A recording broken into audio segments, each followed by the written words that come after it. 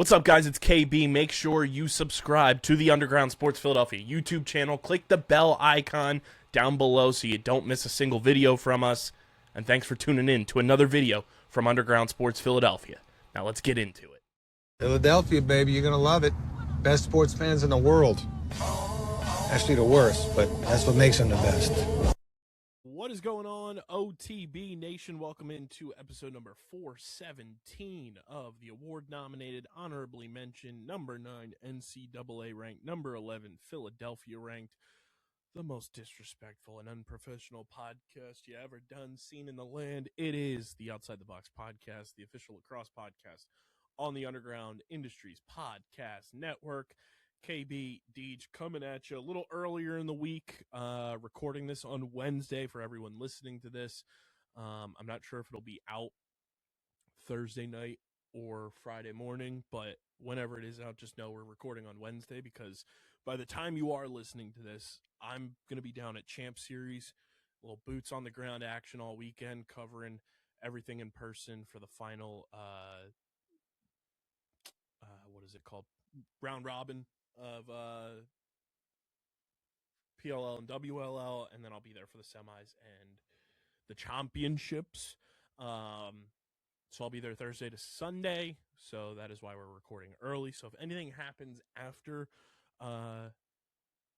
Wednesday here, as we're recording late on Wednesday, we'll have some sort of updates, whether it be a social video or something, like if anything breaks that's worthy of it, but typically nothing too crazy happens. But if there is anything that is worthy of it, you'll see it on our socials, which you should follow us at OTB Laxpod across the board, every social platform.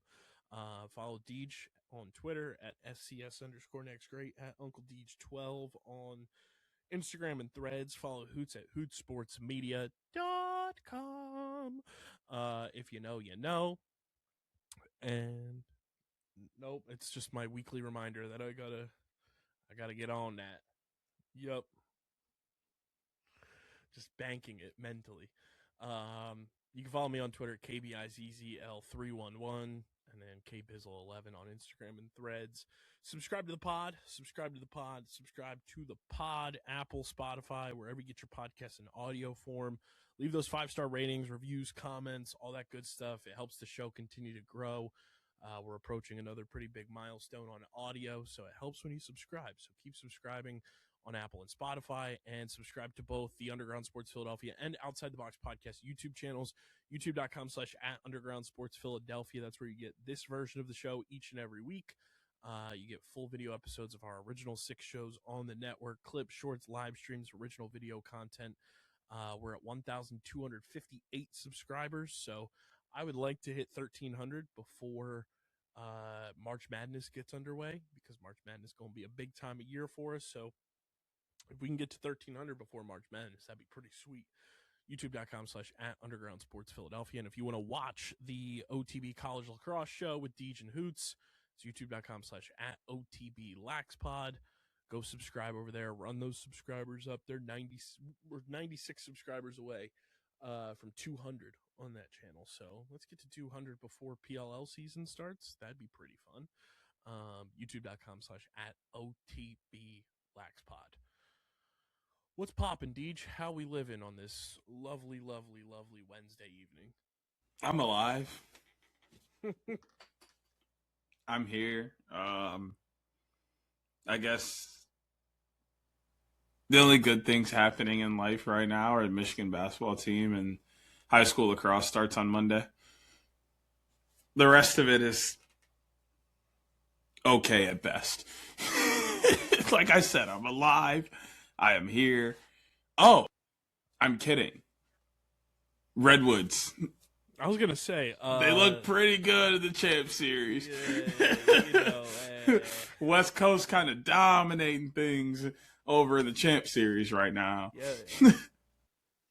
We'll talk Champ Series later on in the show, but as we always do during NLL season, we lead off with the National Lacrosse League. The biggest week to date has come and gone. The 10-game monster gauntlet stretch of games that had the most unpredictable outcomes you ever done seen, because if I had posted our pick'ems, you would have seen that at best we went 6-4. Deej and I both went 5-5 in our picks, and that just shows the parity and the unpredictability of the National Lacrosse League.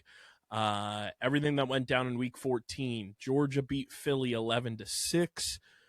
Buffalo survived Saskatchewan in overtime. Josh Byrne with the game winner in Banditland. They beat the Rush 11-10. Colorado beat San Diego 14-12. Vancouver took down Las Vegas 14-10. Ottawa take down Oshawa in overtime 14-13. Rochester with an overtime win over Saskatchewan. Saskatchewan go 0-2 on the weekend. 13-12 final score in that one. Buffalo, another win, 2 in a row. Some are saying, who let the Bandits get hot? That wouldn't be me, though. 14-9, Buffalo beat Toronto. The Wings get a W. 9-5, Dolly Parton style over the Georgia Swarm down in Duluth. Halifax take down the Calgary Roughnecks 14-10, and Vancouver win a rock fight in San Diego 9-7. Deej, what stood out to you from the gauntlet week that was Week 14 in the NLL? First off, Saskatchewan taking 2 losses in the same weekend. Never had that on my bingo card at all. Also, never had Buffalo taking 2 wins in the same weekend on my bingo card. Nope. A Georgia game, Georgia-Philly game that didn't end 11-10. I'll take it. Not in the favor that you were looking for, but I'll take it. And I'm actually kicking myself for not going against Calgary for the one time. I actually had a notion to go against Calgary this weekend and take Halifax. And I didn't, and I probably should have. Also thought, I mean, the one thing that really, really surprised me this weekend was Oshawa hanging in there with Ottawa. I thought, they've been having quite a down season, a questionable season, a lot of wonders about what's happening in their locker room and how it's translating to the floor. And then they go out and they play an absolutely hot Ottawa team that's been surging and getting fantastic play from Jeff Teat, Rob Hellier, and the likes. And they take them to the absolute brink into overtime, and they barely lose this game. Mm-hmm. That literally shocked me to the core. Couldn't believe it. Yeah, I think some of the big takeaways, like you said, Saskatchewan catching 2 L's, both in overtime, was pretty crazy. Huge weekend for Vancouver on that front, because Vancouver go 2-0 in a weekend where Saskatchewan go 0-2. That helped raise their stock immensely, because if you look at the standings right now, Vancouver now neck and neck with Colorado at 9-3, and Colorado and Vancouver are just a half game behind Saskatchewan for the number 1 seed in the table in the National Lacrosse League now.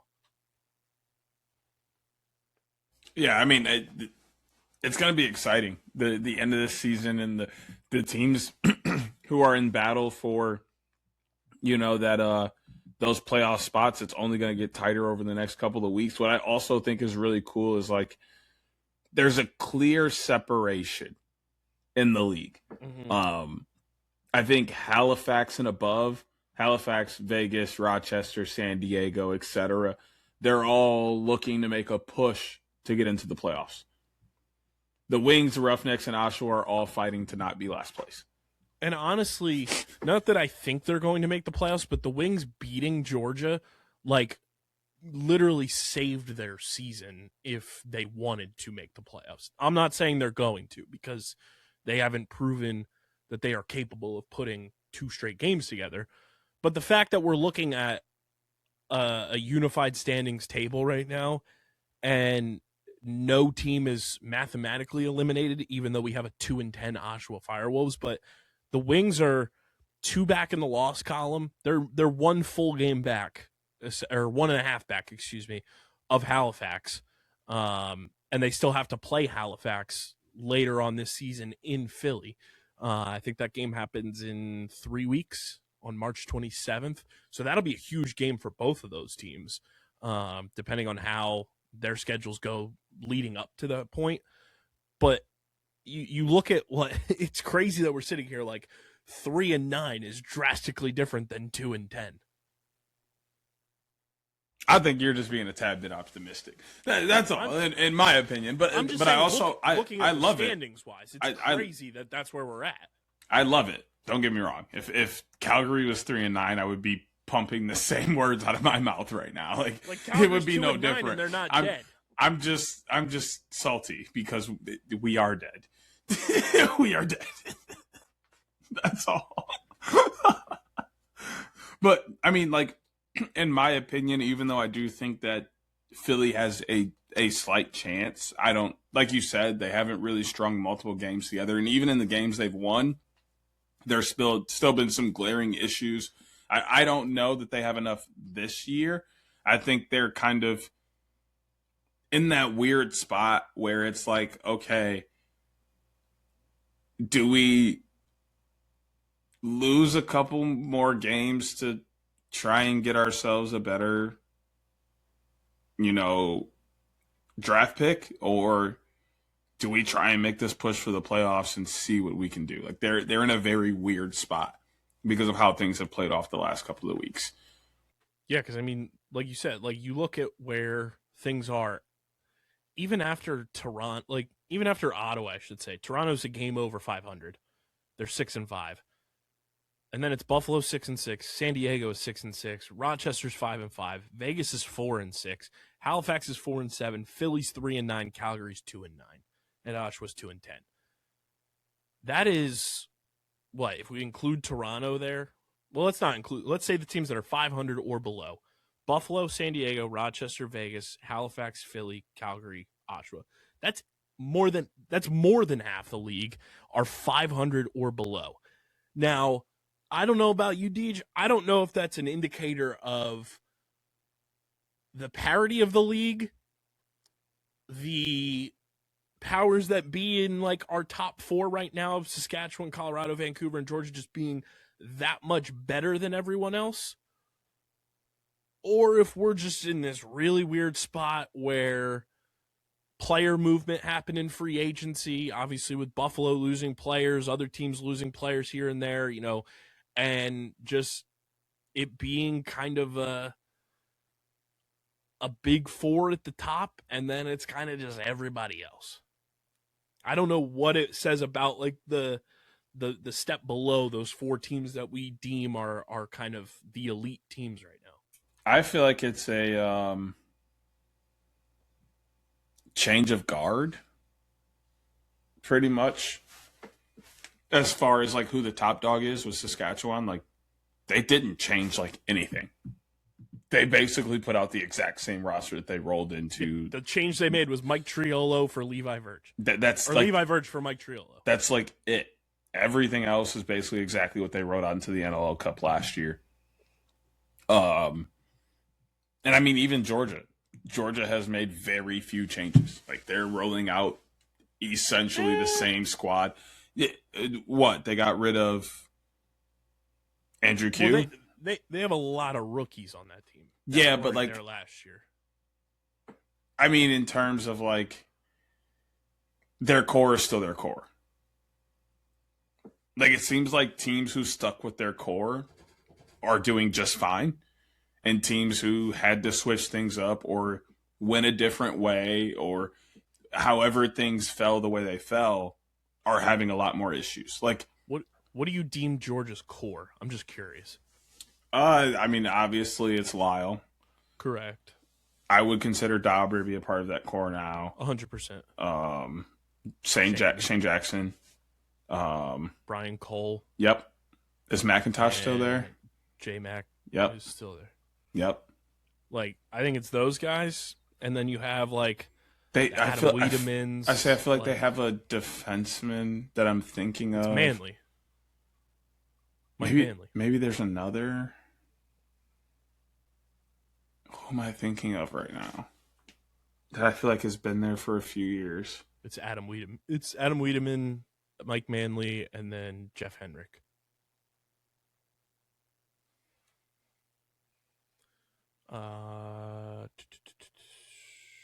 Brian Cole, J-Mac, and I'm checking one player's service time. If the website wants to load it for me. I mean, Seth Van Scheppen's been with Georgia for last year and this year. Yeah, maybe it was McIntosh I was thinking of. They used to have John Rannigan, but he retired. Maybe it was Rannigan. I don't know. There's somebody Those else. Those guys, but then relatively like Caleb Benedict, rookie. Nolan Byrne, rookie. Richie Connell is on that team. He's played, I believe, a little bit this year, if I'm not mistaken. I'll double check that. Kaysen Tarbell is kind of new to that core. Nolan Byrne has like lit the world on fire as a rookie. They've been the more impressive one. Obviously, like Dauber is a huge part of that equation of why they've been so good, because even in a loss this weekend to the Wings, his streak of no double-digit goals continued. But I think they've been the most like impressive team of the year so far, simply because they have so many. And plus, you add Michael Grace into that combination too.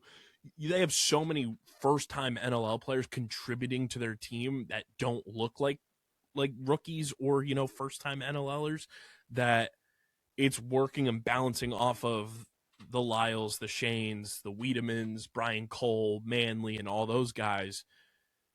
And they're 8-4, and nobody, we didn't have them at this point in the season when we were, doing our preseason predictions. I feel like not many people had them even reaching 8 wins this year because they didn't know what to expect from this team. So Georgia, I think, is like the biggest surprise team, and it's in the best way possible. Like, that's what the NLL should be. It's like when you move on from guys and you draft well, this should be the results. But only if you have a solid core. Like, I think that's right. really what all this goes back to, is like the teams at the top have solid cores. Like, you look at Colorado, Will Malcolm, Tim Edwards, Warren Jeffrey, Robert Hope, Jordan Gillis.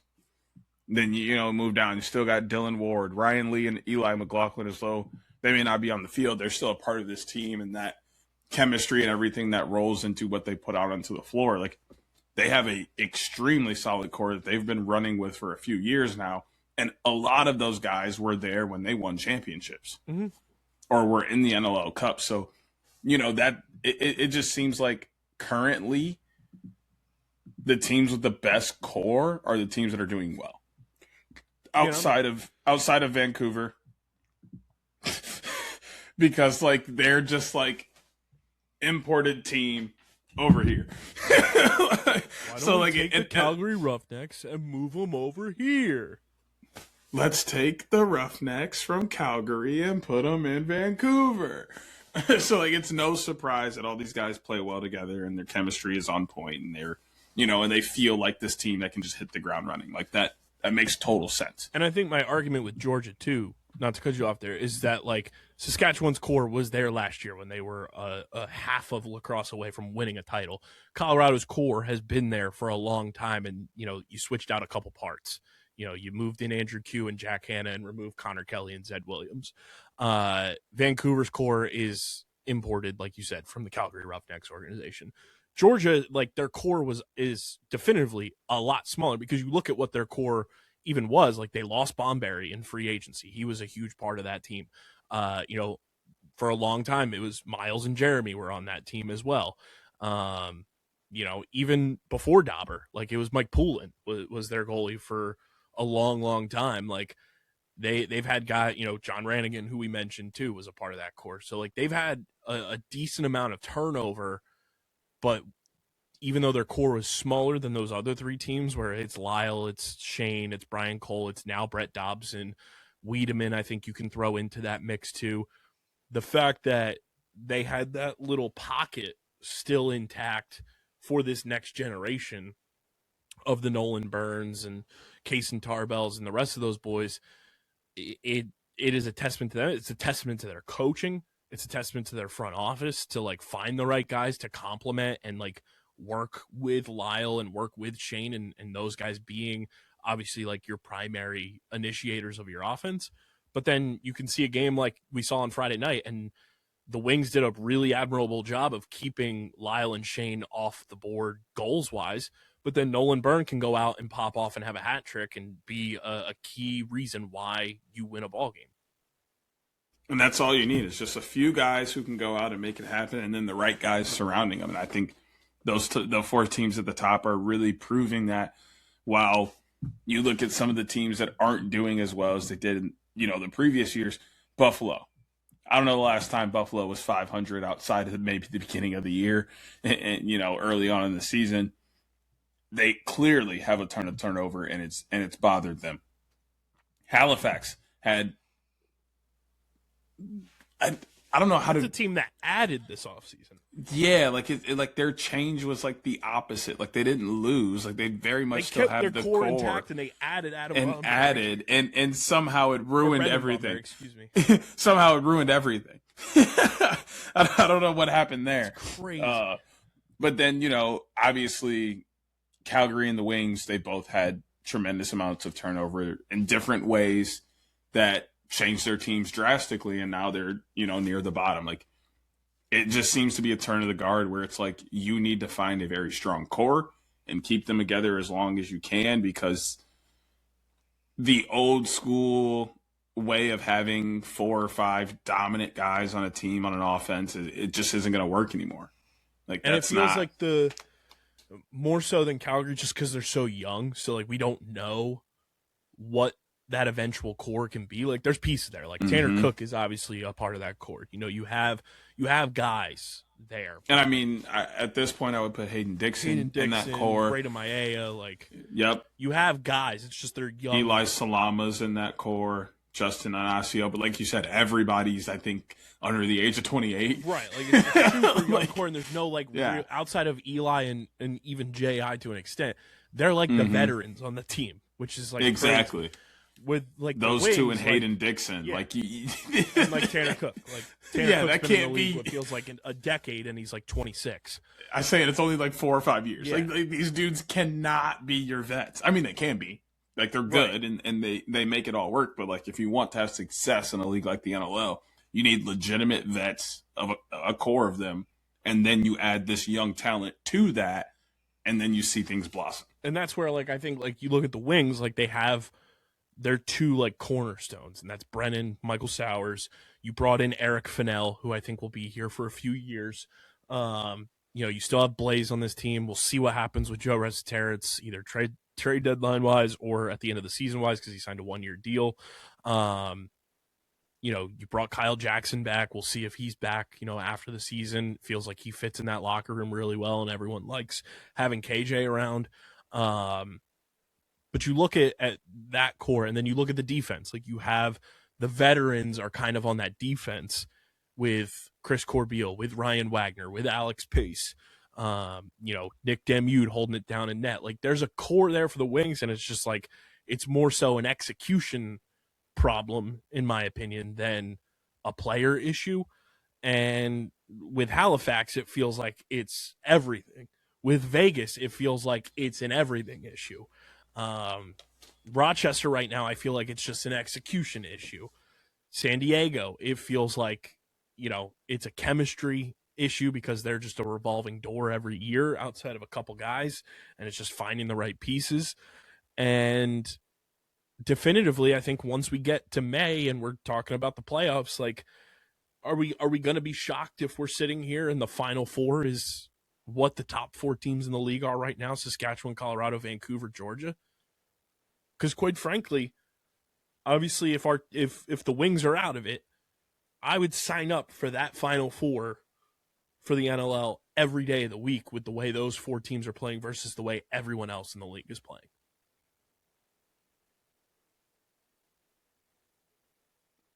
Sometimes I argue with you just for the sake of banter, and I can't with this. Ladies and gentlemen, I wholeheartedly agree. I wholeheartedly agree. We fucking got him. There's It zero. only took argument 5 from this years, side. but we got him. So now it's gonna take another 5 before you get me again. You get me, you don't get fooled again. Yeah, hey, fool me once, shame on you. It's old saying from Texas. I think they say it in Tennessee. You fool me once, that's shame on you. But fool me, you can't get fooled again. Fool me one time, shame on you. Fool me 3 times. Oh, you can't do that. Oh, we're gonna get got. We're gonna get got. Out here being disrespectful. Well, guys, it's been fun. It's been fun. It's been real. It's been fun. But I think we're heading downhill. Canceled. We're doomed. DJ, how could you flip off the fans of the National Lacrosse League? You unprofessional son of a gun. It wouldn't be the first time. And it won't be the Probably last. won't be the last. I haven't heard any complaints from them, so I think I'm all right. Oh, that's so funny. That's fucking hysterical. Yeah, I mean, like, think about it. Like, Final Four, you get Saskatchewan versus Georgia for a 3-game series, Colorado versus Vancouver for a 3-game series. That's... Can we get the movie theaters to put that on the big screen? Because that's some cinema right there, those 4 teams. You know, you can rent out movie theaters, and they will play pretty much whatever you ask them to. Might be on to something here. Hey. Shit, I'm about to start sounding like Big X the Plug doing that. Hey. I'm the biggest. See, I'm the biggest, the largest. We're going to get copyrighted on YouTube for that. We are. Fast as hell. We rappers now, I guess. Shit. Check out my mixtape. Download my SoundCloud.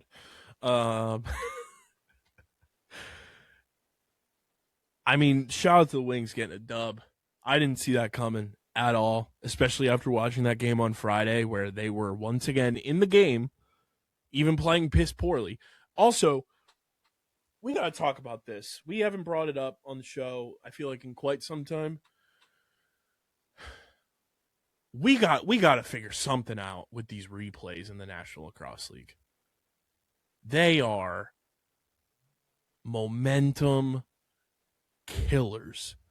The fact that we are taking 3+ minutes to review plays in the NLL is a crime against humanity.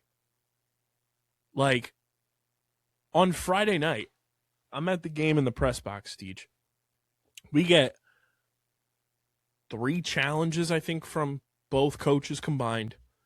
And we had 2 calls from the officials that were deemed conflicting calls by referees, so they automatically had to review whether or not they were goals or not. Because one ref called it one thing, the head ref called it another, that triggered automatic review. I was like, what are we doing? I haven't seen, I rarely see that in games in a full season. The fact that I saw 2 in one game is banana land. We need to do something to expedite these replays. I was talking to one of the guys that does like the official stat keeping at the game. He was like, there needs to be somebody that is at the league office, like watching, like there needs to be a team watching the games going on. And when there's a review, you tap in just like the NFL, connect with the league office. Hey, this is what we saw. This is it. Boom. Replay's done in 30 seconds to a minute most. The fact that it is taking like 3+ minutes to get one review done is, it's just poor for the casual fan. Shout out to our boy Trailer Park Sports Network. Like, lacrosse needs casual fans.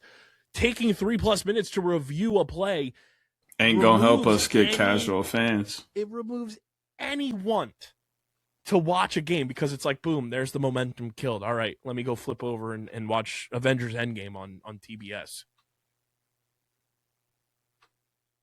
Which I didn't know that was on this weekend. I feel like that's on almost every week.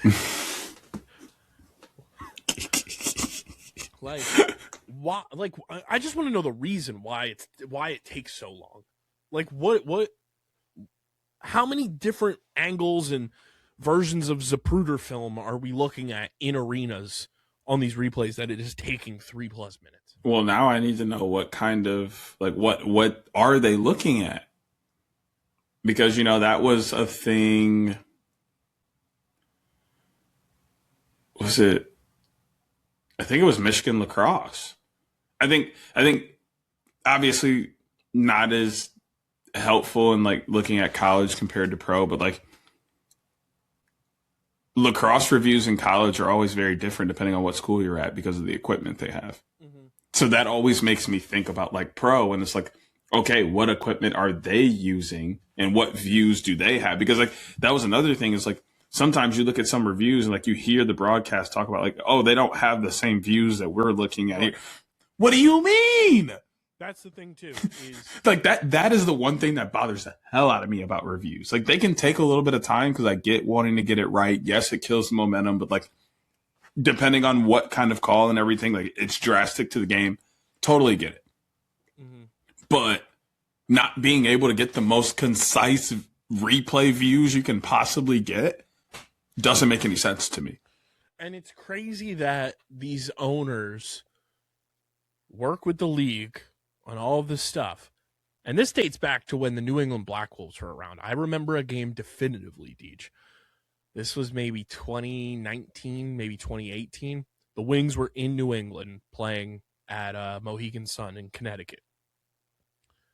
There was a goal that was under review from Callum Crawford, maybe I want to say.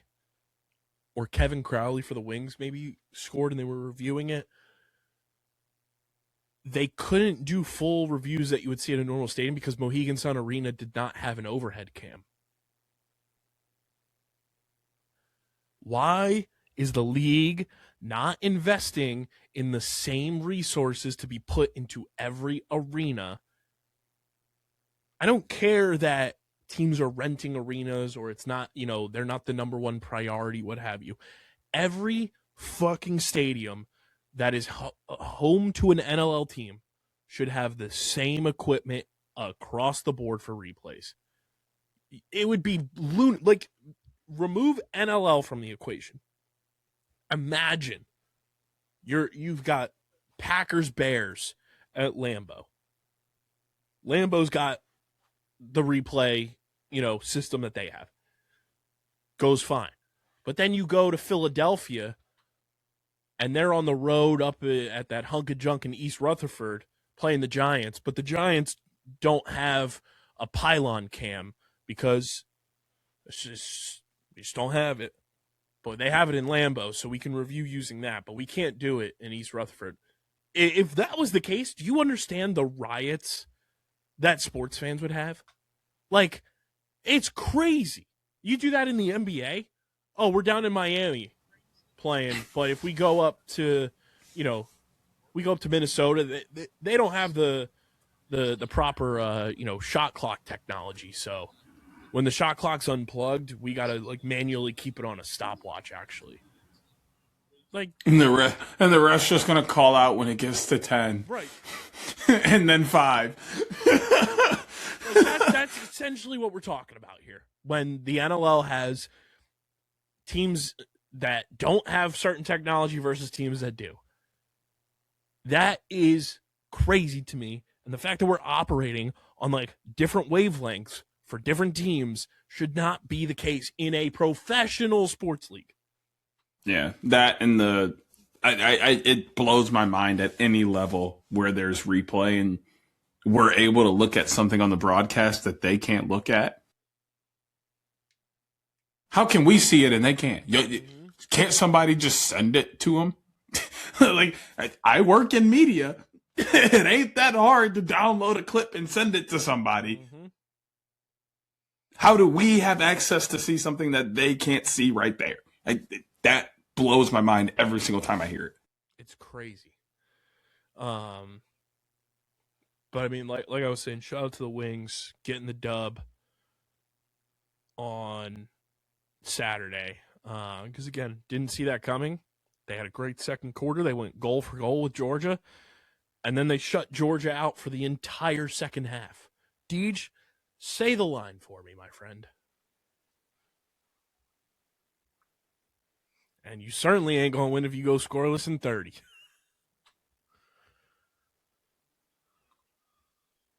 Shit. Dalton Young, first career hat trick. Shout out to the boy, friend of the program. First career NLL hat trick. He had 5 points in this game. This is just further proof to me. Why has Dalton Young been out of the lineup for the Wings at all this year? The kid can fucking ball, and I call him kid, but because he's in his second year, but like, he's a fucking hooper, and we've known that since his rookie season with the Outlaws. We saw it in a 2-game sample size last year when he suited up for the Wings and he dominated. Why has he ever been out of the lineup? He's exactly what the Wings need on offense. And it was crazy to me that he was ever out of the line. He had 12 shots on goal in this game. He outshot Shane Jackson.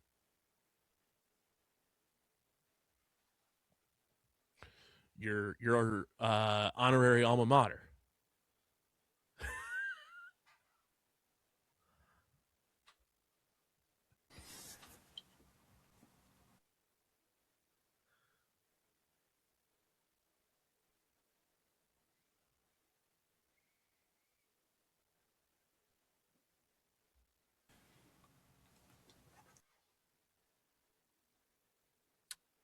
Did I lose you?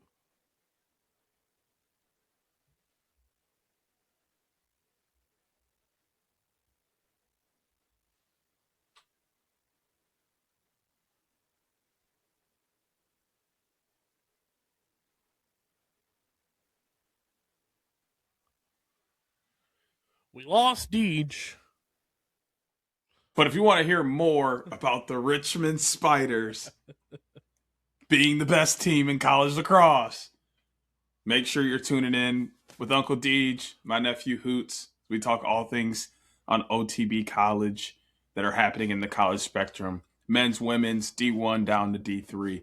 We're covering it all. Richmond looks great, and Dalton Young has to be happy about that.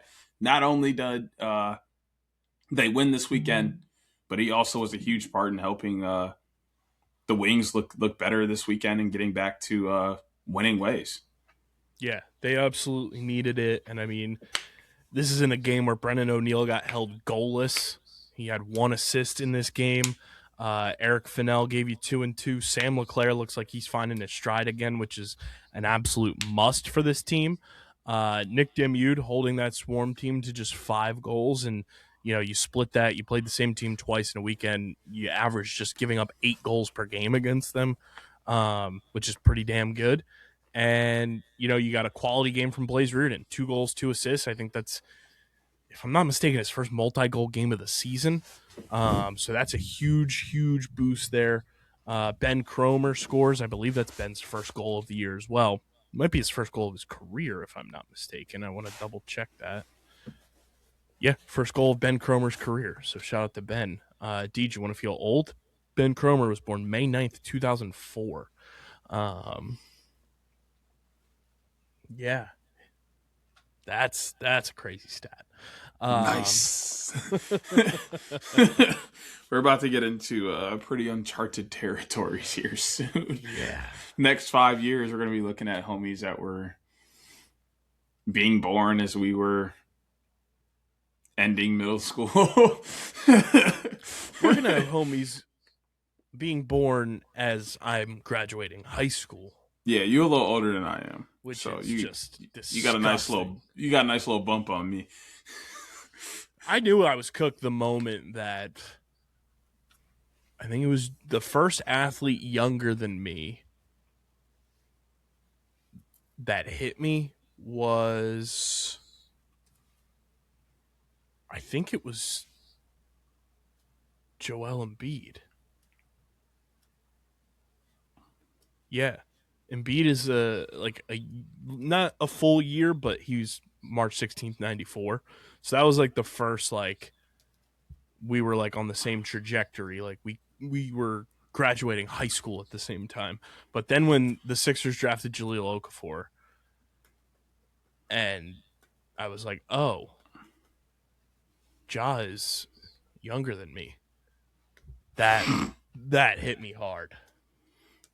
No, not like these ones are going to hit you. Oh, yeah, I know. But that was just my first one. So I've been going through it for over a decade. Yeah, I'm starting to get there now with like the rookies of the last couple of years. I've been like, man, these dudes are how old? Mm-hmm. That's kind of wild. It's crazy. But a huge win for the Wings. And even so, in a loss, Brett Dobson's streak continues. Still gave up less than double-digit goals. Second time this has happened where Dauber holds the team under 10 that they're playing against and the Swarm lose. The other instance was earlier this year when the Swarm lost 7-4 to Saskatchewan. Deej, do you think Dauber has carried over the ice cream tradition to the Georgia Swarm? Because if he did, that Swarm defense is eating a lot of ice cream this year. But is it? Man, they're getting lucky because of him. Well, I won't say that completely. There are times where he clearly plays at an extremely high level, and it doesn't matter who's playing in front of him; he's going to have a great game. There's times where they 100% let him down and play bad games and give up shots they shouldn't give up. But at the end of the day, they're one of the best defensive teams in the league right now, off the simple fact that you can't score. Mm-hmm. You can create as many opportunities as you want. You can create as many opportunities as you want, but you got to finish them at the same time, and that's like nearly impossible right now. So I wouldn't be surprised if they brought over this tradition and maybe changed it to some extent. Maybe it's not necessarily ice cream. Maybe it's something else. But I wouldn't be surprised if they are being incentivized to play as well as they are. Dauber's fridge has got to be loaded with all types of ice cream. He probably breaks the huddle. No free ads. He's like, boys, what would you do tonight for a Klondike bar? Not a Klondike. All I'm asking you is to hold them below 10. And that's what I would do for a Klondike bar. I'm willing to do it. Are you willing to do it? So funny. But Dauber's streak continues.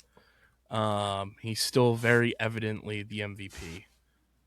And it was a wild week in the National Lacrosse League. We look at the overall standings, like we mentioned.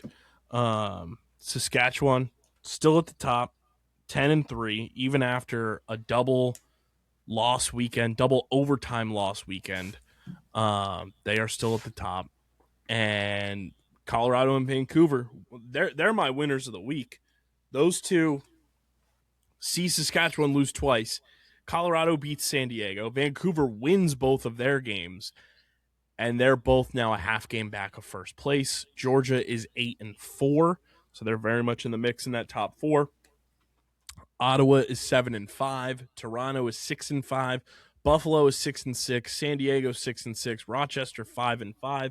Las Vegas 4-6. Halifax 4-7. Philly is 3-9. Calgary 2-9. Oshawa 2-10. Let me ask you this question here, Deej. I'm gonna have you play a Would You Rather. Would you rather be right now?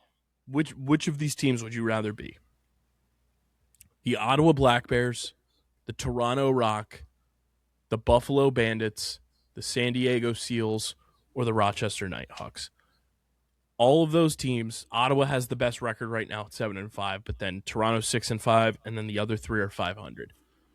Of those five teams that are kind of like in those next tiers down from that top four, which team right now would you rather be? Such a loaded question. I'm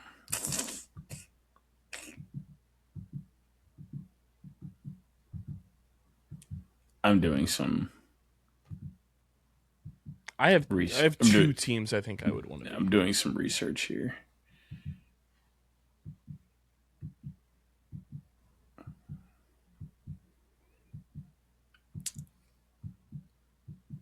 Yeah, I think I have 2 teams of those 5 that I would want to be right now. Yeah, I'm thinking either.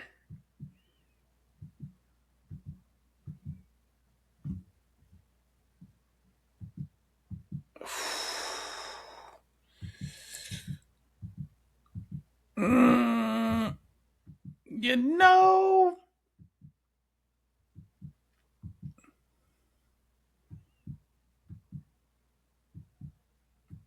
either San Diego or Toronto. Interesting. I wanted to look at who they had coming up remaining, so I just scrolled through the rest of the season, was taking a look. Like, I was looking at Ottawa, but they have to, or yeah, not Ottawa. Yes, Ottawa, but they have to play Saskatchewan again. They have to play, which for Jordan. For what it's worth, Ottawa did beat them. Right, but playing them again and beating them is not necessarily good news to want to play that team again after you beat them once. They're going to want blood. They have to play Halifax, who hasn't played spectacular, but at times they look like one of the best teams in the league. They still have to play Rochester. There's some teams they have to play that is not necessarily something I'm looking forward to. Ottawa's remaining schedule this week, they play at Colorado, then they are at Calgary, at Vancouver, home against Georgia, home against Toronto, home against Halifax. Like, you play Calgary, but outside of that, you're playing either playoff teams or fringe playoff teams. Which most of them are best teams in the league playoff teams, too. Yeah. They're playing the top 4 all remaining on their schedule. Toronto, they are home against, or no, they are at Vancouver, excuse me. Then they are at Halifax, home against Saskatchewan. They're at Philly. They are home against San Diego, at Ottawa, at Saskatchewan. So they've got to play Saskatchewan twice. They've got Halifax, Vancouver, San Diego, Ottawa, and then Philly. That's a tough schedule as well. Yep. San Diego, for the people at home. The Seals' remaining schedule. They are at Saskatchewan after this week. They're on a bye this week. Then they're at Saskatchewan, home against Buffalo, at Toronto, at Georgia, and then they finish the season with a back-to-back weekend home and home against Las Vegas, the Joe Tsai Bowl. Not an easy schedule there either. I don't know. That seems very favorable to me compared to what we just heard from the first two. I'm taking them every single day of the week. Like, at Saskatchewan, not saying that Buffalo is like Buffalo of last year, but like still, you got to play Buffalo.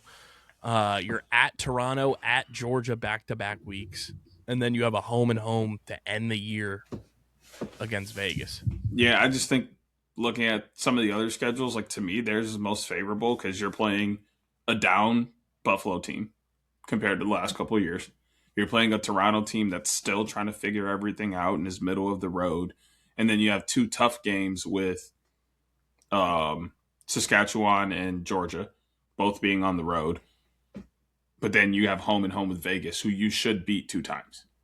And you said, which teams did you say? You said San Diego and who? I was about to ask you the same thing. I think you said Toronto. I might have said Toronto. Wrong. Because the last team, Rochester here, has a gauntlet. Well, I don't know. They're home against Calgary. They are at Vegas, home against Vegas. So they have a back-to-back with Vegas, home and home. They're at Oshawa, at Halifax, at Buffalo, and then a home and home to end the season against Georgia.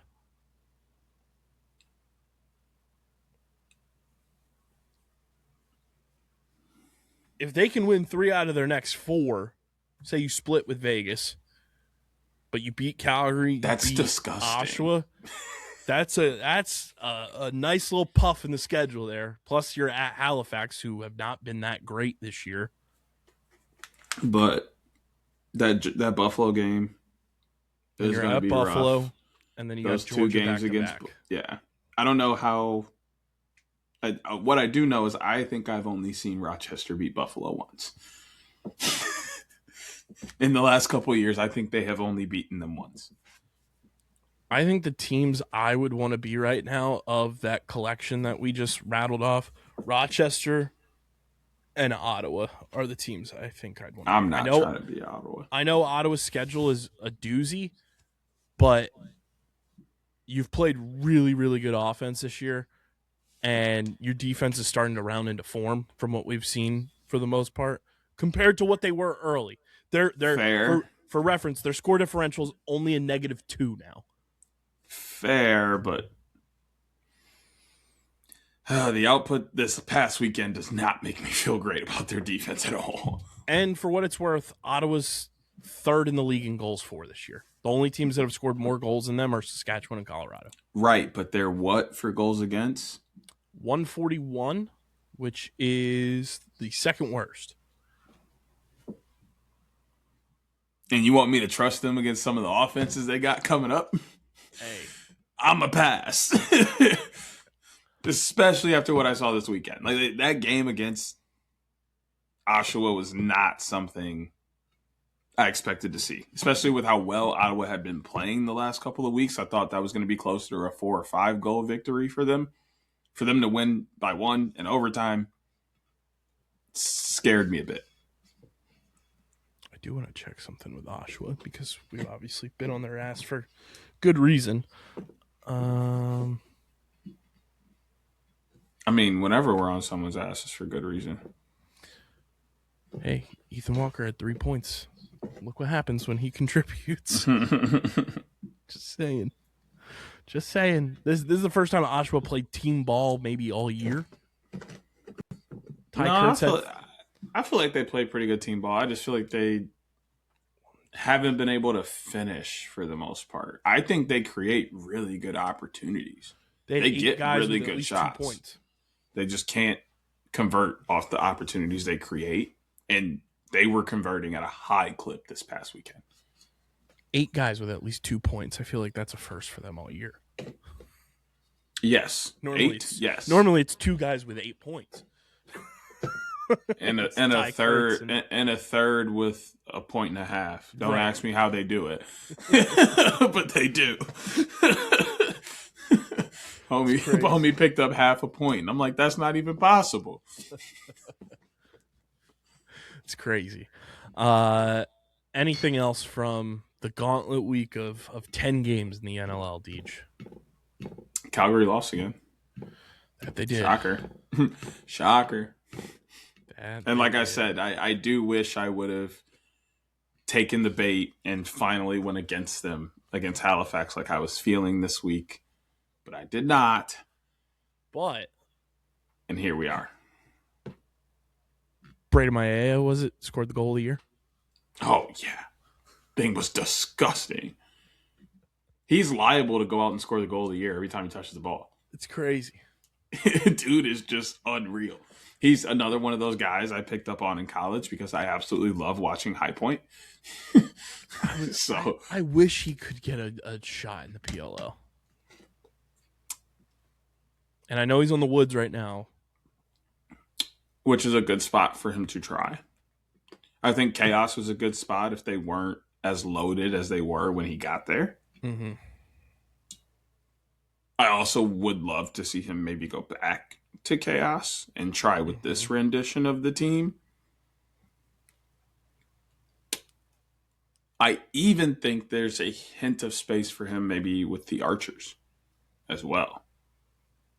Depending on how things shake out with them in free agency and everything, but injuries and stuff. Yeah, there's slight space for him there too. But those 3 teams, I feel like he not only fits their scheme, but their locker room and their space. I would love to see him get another crack.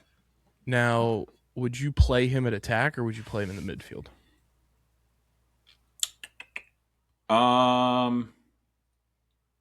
I think I would do that hybrid mid-attack role that I was talking about with Westberg. 'Cause they have have him come off the bench consistently, but fill in that right inside. Run a basic 2-3-1. So you have your shooters / dodgers on the wings. You have your X-Men. You got 2 mids up top. He comes right in out of the box and goes right inside. He moves great on the inside. He has nice slick hands. Can finish quickly. Why not put him on the inside and let him do what he does best? And it makes the slides from the defense a little bit slower, because when you have a guy with that caliber, which is why I said the same thing about Jake Taylor with the Water Dogs. Put him on the inside. That makes defenses think twice about giving up that pass on the inside to score. It makes their slides a little bit slower. It makes them hesitate.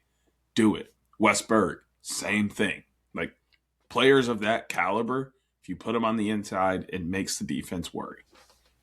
Can we also talk about something? Because I was looking at this too, because I was like, if the Water Dogs didn't have somebody like Jake Taylor, like, I think Braden would fit in that hybrid role kind of with the Water Dogs too.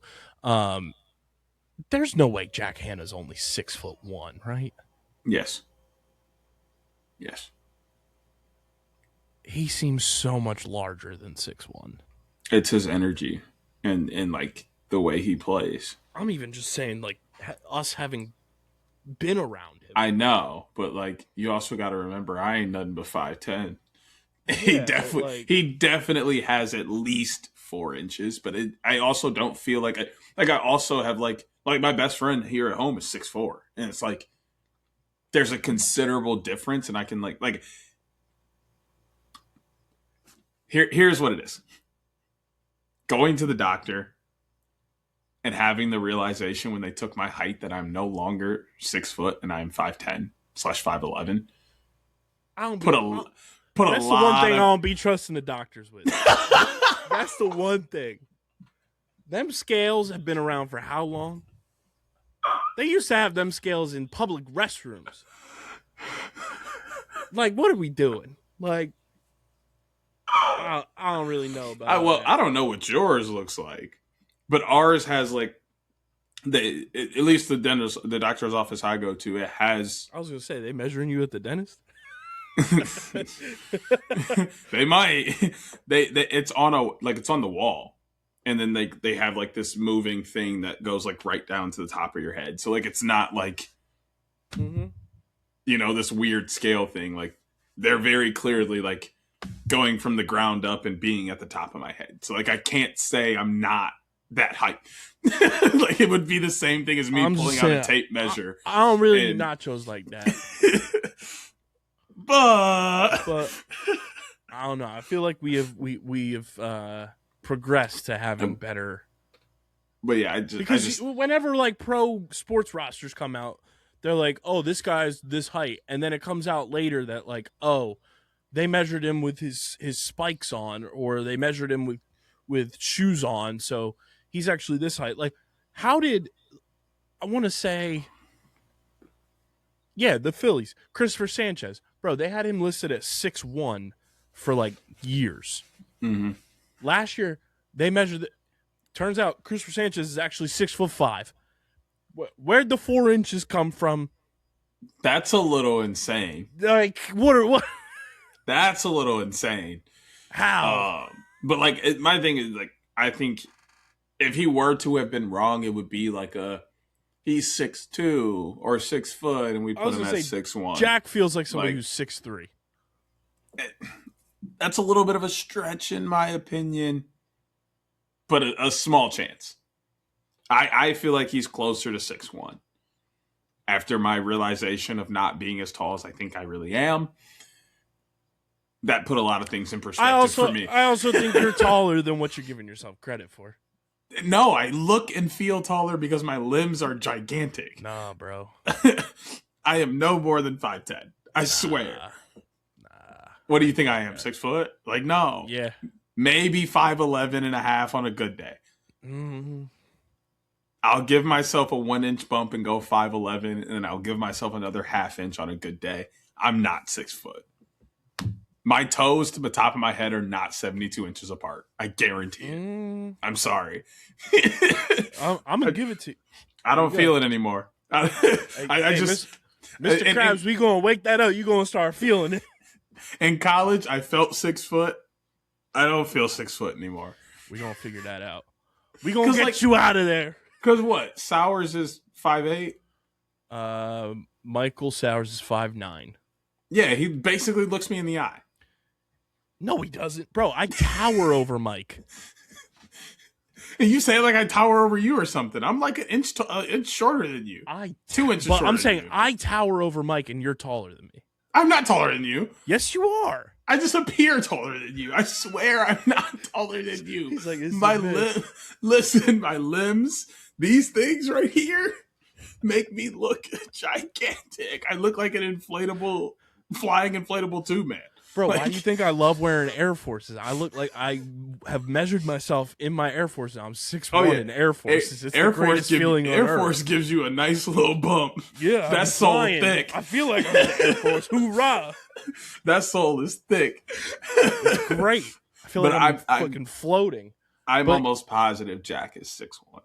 I will give him. And I love Mike. I be looking down at Mike.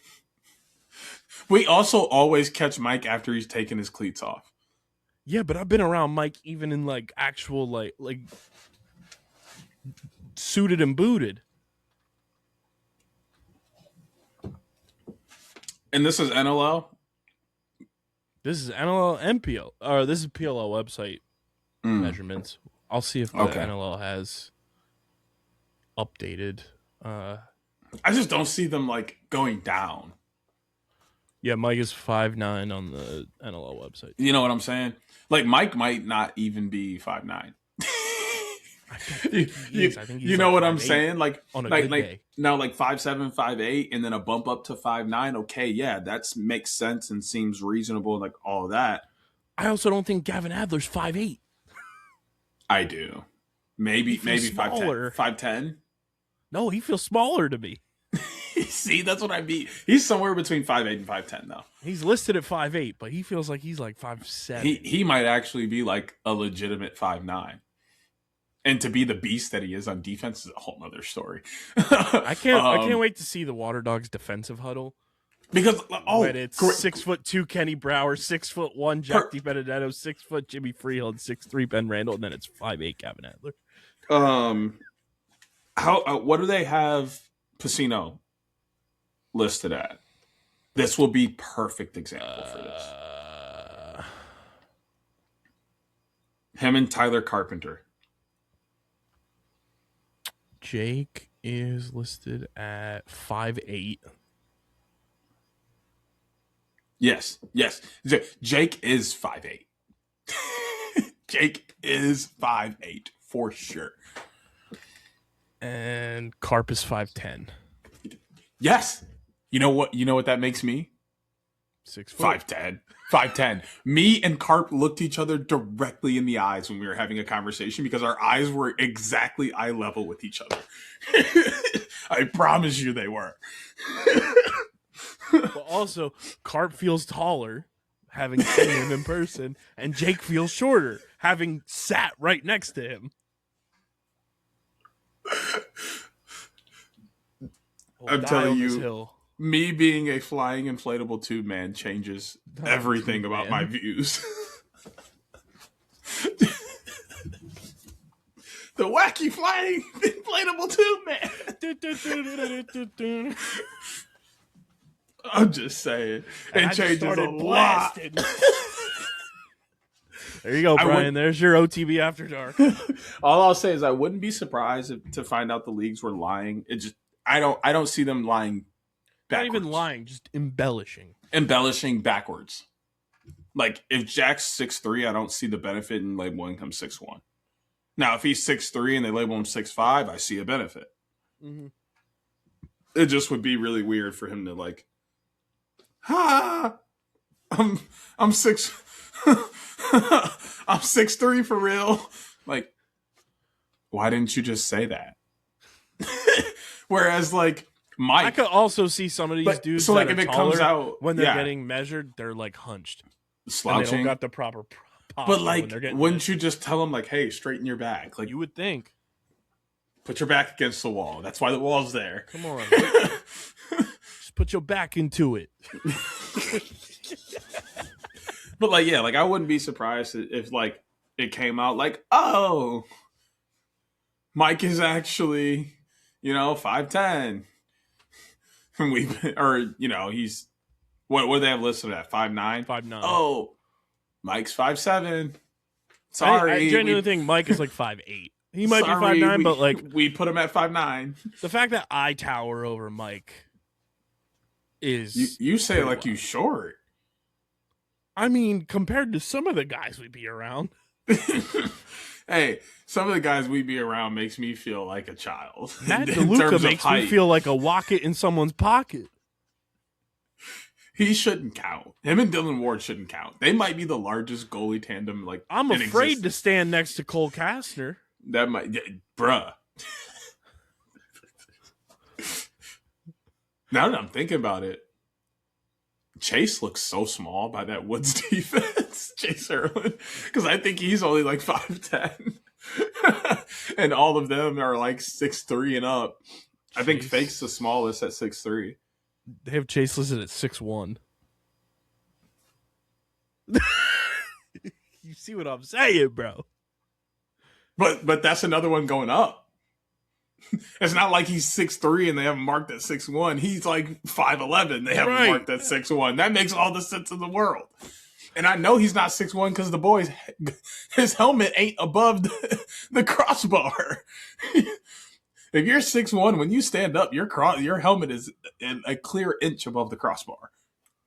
And Romar got me feeling like a walking in somebody's pocket too. I think Romar might be 6'7". They say he's 6'5", bro, but he's big. He be pulling up on the highway. I 6'7". I need to see him stand next to Cole Kastner so I can see back to back, butt to butt. He's starting to feel like the Kevin Durant of the PLL, where it's he says he's 6'9", bro is 7'1". We put you next to the 7-footers, you taller than all of them. So, oh my god, how tall are you for real? It's so funny. Getting this show back on track, because we're still talking about the NLL. We've got a much smaller slate. It's cut in half this week, but our NLL wrap up there brought to you by our friends over at Buff. Guys, Buff is the place to go to make sure you're protected from the elements all year round, whether it be the snow, the wind, the sun. You got to make sure you're protected when you're outdoors, going for hikes, bike rides, skiing, snowboarding, whatever it may be. Buff has you covered. Check out the Survivor 50 buffs as well, the officially licensed head and neckwear partner of Survivor. Use our link in the description to shop with Buff and make sure you're protected from the elements all year round with our friends at Buff, and we thank them for being a proud partner of OTB. Deej, we've got 5 games, like I mentioned, this weekend. Friday at 10 Eastern, it's Toronto at Vancouver. And then on Saturday, we have 2 games, Vegas at Halifax, Ottawa at Colorado. And then on Sunday, 1 p.m., Calgary at Rochester. And then at 3 p.m., Oshawa at Philly. Very interesting slate of games. For multiple reasons. The first being the schedule. I'm not hating on it. I do want to throw that out there first. I don't dislike the schedule at all. I really like that we're covering the bases of 3 days. The one thing I dislike about lacrosse the most right now is it seems like all the games are played at the same time and are forcing you to either pick one or to watch them on very small screens in a multi-view setting. I do not like that. I would prefer for it to be more like this, where it is spread out, games are played at different times, and you're able to sit and watch one game at a time and enjoy it. Or even, this entire weekend we're allowed to sit and watch one game and enjoy it. But I wouldn't even be upset if the 2 games on Saturday or the 2 games on Sunday started an hour apart and I was watching one on one screen and one on another screen. I can do 2 games at once. That makes it easy. There's 2 larger screens. I can view that. This schedule is great. But when you're jam-packing games into a schedule, which I don't have a problem with because I want to see more lacrosse at the same time, make it to where we can actually see that. On a Saturday, can we stagger these start times? Can we start earlier than 6:30? It's a Saturday. People will come out to a game. You see every other sports league start much earlier on a Saturday. Granted, some of that is the reason why some of these games can't start earlier, but for the ones that can, let's get some more 1 p.m. games on a Saturday. Let's get a 3 p.m. start on a Saturday. Heck, we can even get a 5 p.m., 5:30 start on a Saturday. All of that works. Same thing on Sunday. More matinee Sunday games, fantastic. 1 p.m., 3 p.m., 4 p.m., noon, 11 a.m. We're here for all of that on a Sunday. I would love to see some of that. So that's the main thing I pull from this weekend is the schedule is fantastic in terms of being able to actually sit and watch. But then the games should be absolutely fun. I think for the most part, they all have significant impact in terms of standings. For some people, it's more about where they'll end at the end of the year and how draft picks will fall out. And for other people, it's momentum to try and make a push for the playoffs. But everybody kind of has something to play for this weekend. Yeah. I'm intrigued by a couple of these matchups, and then, there's some that I'm just like, this is going to be ugly, but it's going to be a fun ugly. My first fun ugly is Toronto and Vancouver, and I think it's the team that can potentially get the closest to 10 first wins. The way those goalies have been playing, even Halifax for Toronto, like they've been playing really good defense. Vancouver, obviously Christian Del Bianco has been playing out of his mind. I think the team that gets closest to 10 there first potentially is the winner of that game. And then Ottawa and Colorado, that's the first litmus test for Ottawa to see if they're legit. You got to go to Colorado, play against a team that has been on fire pretty much all season, went on a 7-game winning streak, is back to their winning ways, and that's hands down like my favorite matchup of the weekend, and I don't think it's really all too close. For me this weekend, I really like Las Vegas Halifax. That game kicks off the Saturday action. But in the same token, Halifax hasn't played great.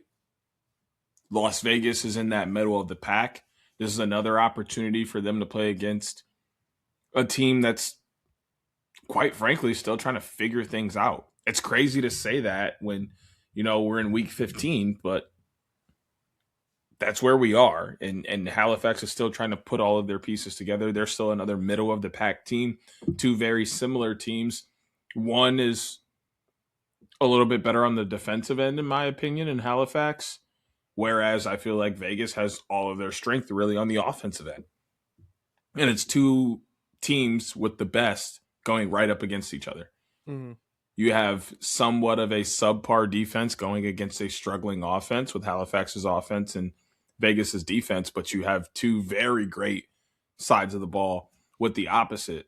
So I think that makes this game very intriguing. And knowing that one of them is basically moving into a playoff spot while the other is moving into a position where they're going to be battling at the bottom for maybe the last playoff spot. I feel like that makes this game absolutely huge. And then obviously I really like Ottawa and Colorado as well. I think the offenses there have been spectacular. And this one's going to come down to who has the better game between Zach Higgins and Dylan Ward. I don't know why I thought Ottawa had somebody at the stripe. But it's not like I don't think it's like a major name. I'll research that for you. Yeah, I don't think it's a major name.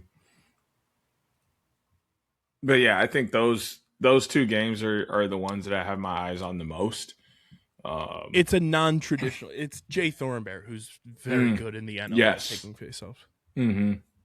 Which that also could be very key in this game. It's who's getting possession, when they're getting possession, how they're handling those possessions. But ultimately, I think it comes down to Higgins and Ward and who has a better game. Mm-hmm. Yeah, I agree. I think that's my favorite game of the week. Hands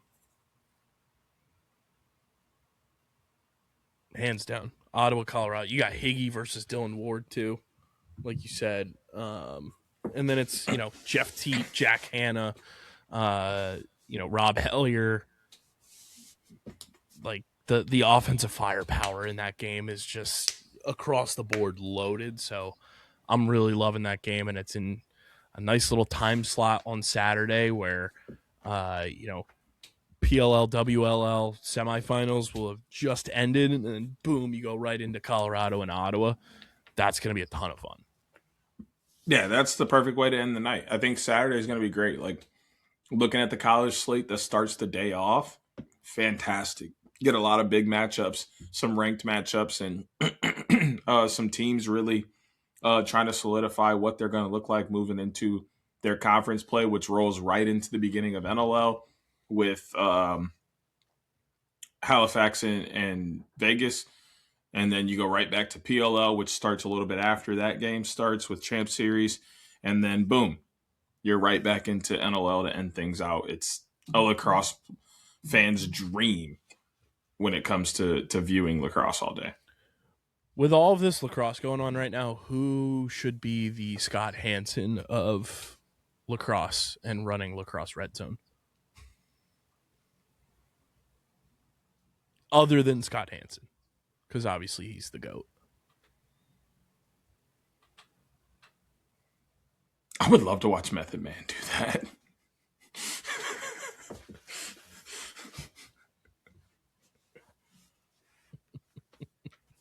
It's literally like him and Pac-Man Jones. I was going to say Drew Carter or our guy Joey Lindstrom. Yeah, I'd be down for that. But I feel like Joey's got the voice for it. He'd want to do too much play-by-play. It's like that's not what we need. We need the zingers, Joey. We need the zingers right now. I think Joey's got that in his bag. He probably does. I just have only he's got the voice for it too. I've only heard him do play-by-play, so I'm not sure if he's got the savviness of color. Like I a lot of people don't realize that like people who do play-by-play almost strictly do play-by-play, and people who do color almost strictly do color, because they are two very different skill sets. And how you, unless you're us, bingo, how you done? But they're very unique skill sets, and people are good at what they do. Mm-hmm. Right? Like Paul Carcaterra. I don't want to ever listen to him do play-by-play a day in my life. No. But I will listen to him do color any day of the week. Ryan Boyle. Don't want to hear him do play-by-play. But if he screams, freeze it right here, God damn it, you better freeze it. You know what I'm saying? But like, Anish, I don't want to hear him give me any insight. I want him to tell me what is happening. He's one of the best play-by-play minds across sports, not even just lacrosse. Like Drew Carter.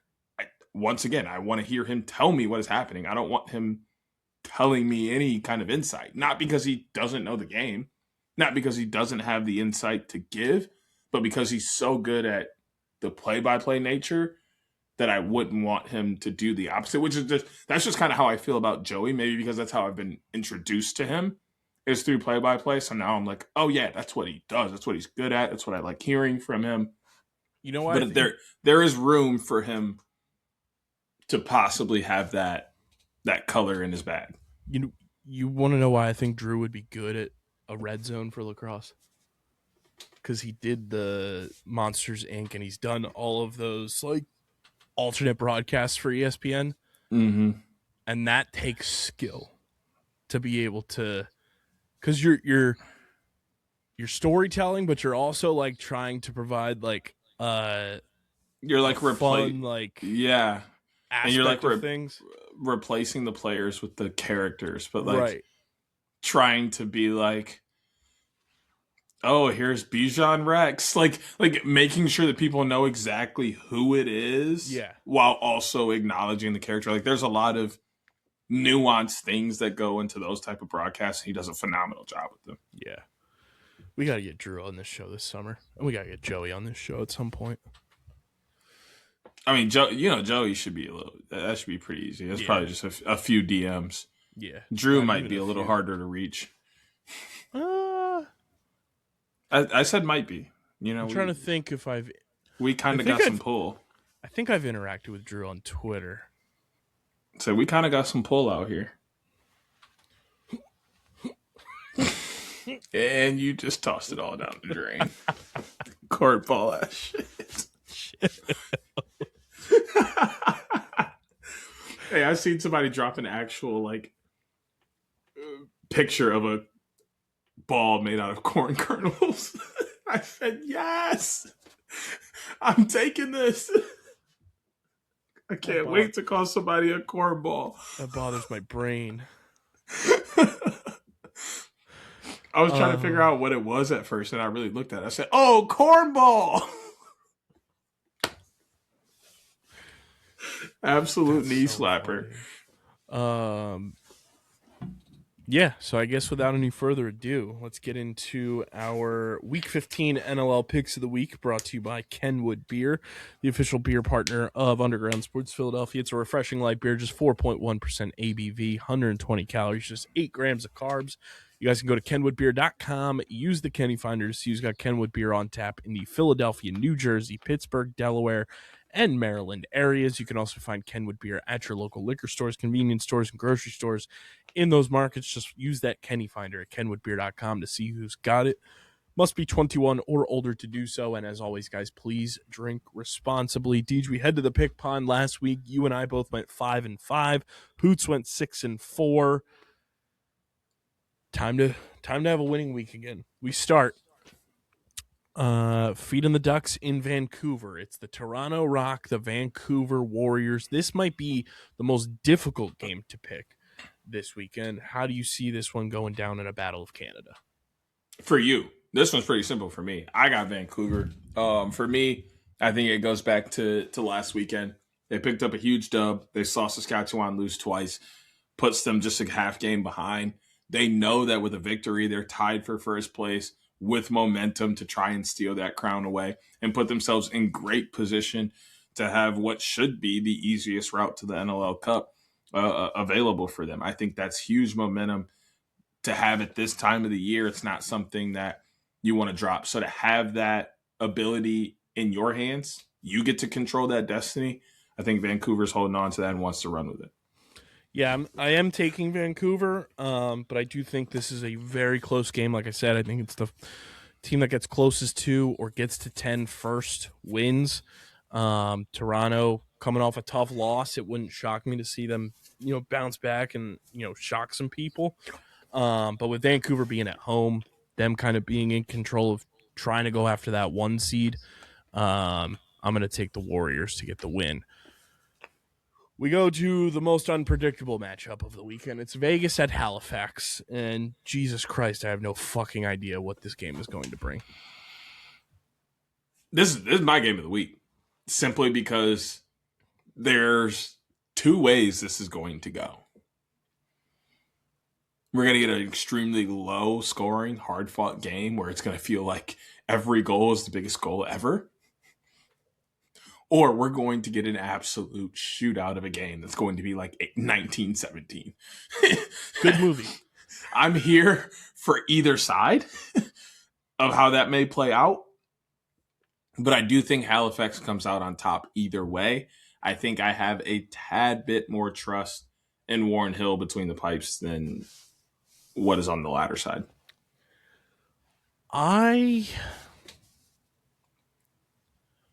I see where you're coming from, and I do trust Warren Hill. But here's my thing. Vegas can score. They can find ways to score. They have a loaded offense. Halifax can't score. That has been their problem all year. They just got into the 100-goal threshold last week. sitting at 103 goals, which is the fewest on the season. Both the Calgary Roughnecks and the Philadelphia Wings and for all intents and purposes, What the it's Oshawa worth, Firewolves Oshawa. have all scored more goals than Halifax have this year. That has been their biggest issue. I'm not concerned about Warren Hill and Graham Hosick and Jake Withers. I'm concerned about Halifax not scoring, and then when they can't score, they get frustrated, and then they just go into just like, all right, let's just, start committing stupid penalties and hand the game over. I just, they are such a fascinating, weird team. Offense wins games, defense wins games, but when you have a competent offense, you're more often than not going to win the game. So I'm going to go with Vegas to get the win on the road. Solid. My game of the week, Ottawa at Colorado. This is the biggest game of the season so far for the Ottawa Black Bears. You're going into a hostile environment. You're going into one of the best teams in the league's barn to try to go toe-to-toe and blow for blow with them. I'm very intrigued by how Ottawa comes out and starts this game and it kind of sets the tone. But I just don't know if they're going to be able to crack the code of that Colorado defense and Dylan Ward with enough firepower. Obviously, Jeff Teat and Rob Hellier are going to get theirs. They are going to need all hands on deck to win this game, and Colorado provides all hands on deck on offense, defense, and transition more often than not. So I'm going with the home team. Colorado gets the win. I'm going with the home squad as well. For me, it's the six man. The Loud House is going to be insane, as it always is. And going in this late in the year where every game matters, every shot matters, every possession matters, having a crowd like the Loud House behind you, it pays its dividends. Mm-hmm. And it helps you out in the most important times. I said it earlier, I think this game comes down to who has a better game between Dylan Ward and Zach Higgins. While Higgins has been good this year and he's shown up in times that Ottawa has needed him, I don't know that I trust him better than Dylan Ward, who we talked about multiple times this year being in the goaltender of the year conversation. Mm-hmm. And I think he still is. Obviously, and Dauber is the guy. And that hasn't come up for Higgins at all, at least for me, in my opinion. I don't think he's in that echelon of goaltenders that is being heralded for that award at the moment. So that's what has me leaning toward Colorado. Yeah. We go to Sunday. Calgary at Rochester. Deej, are you going to flip the script here, or are you still riding with your boys? I should flip the script. I'm going to do it. For the sake of my record.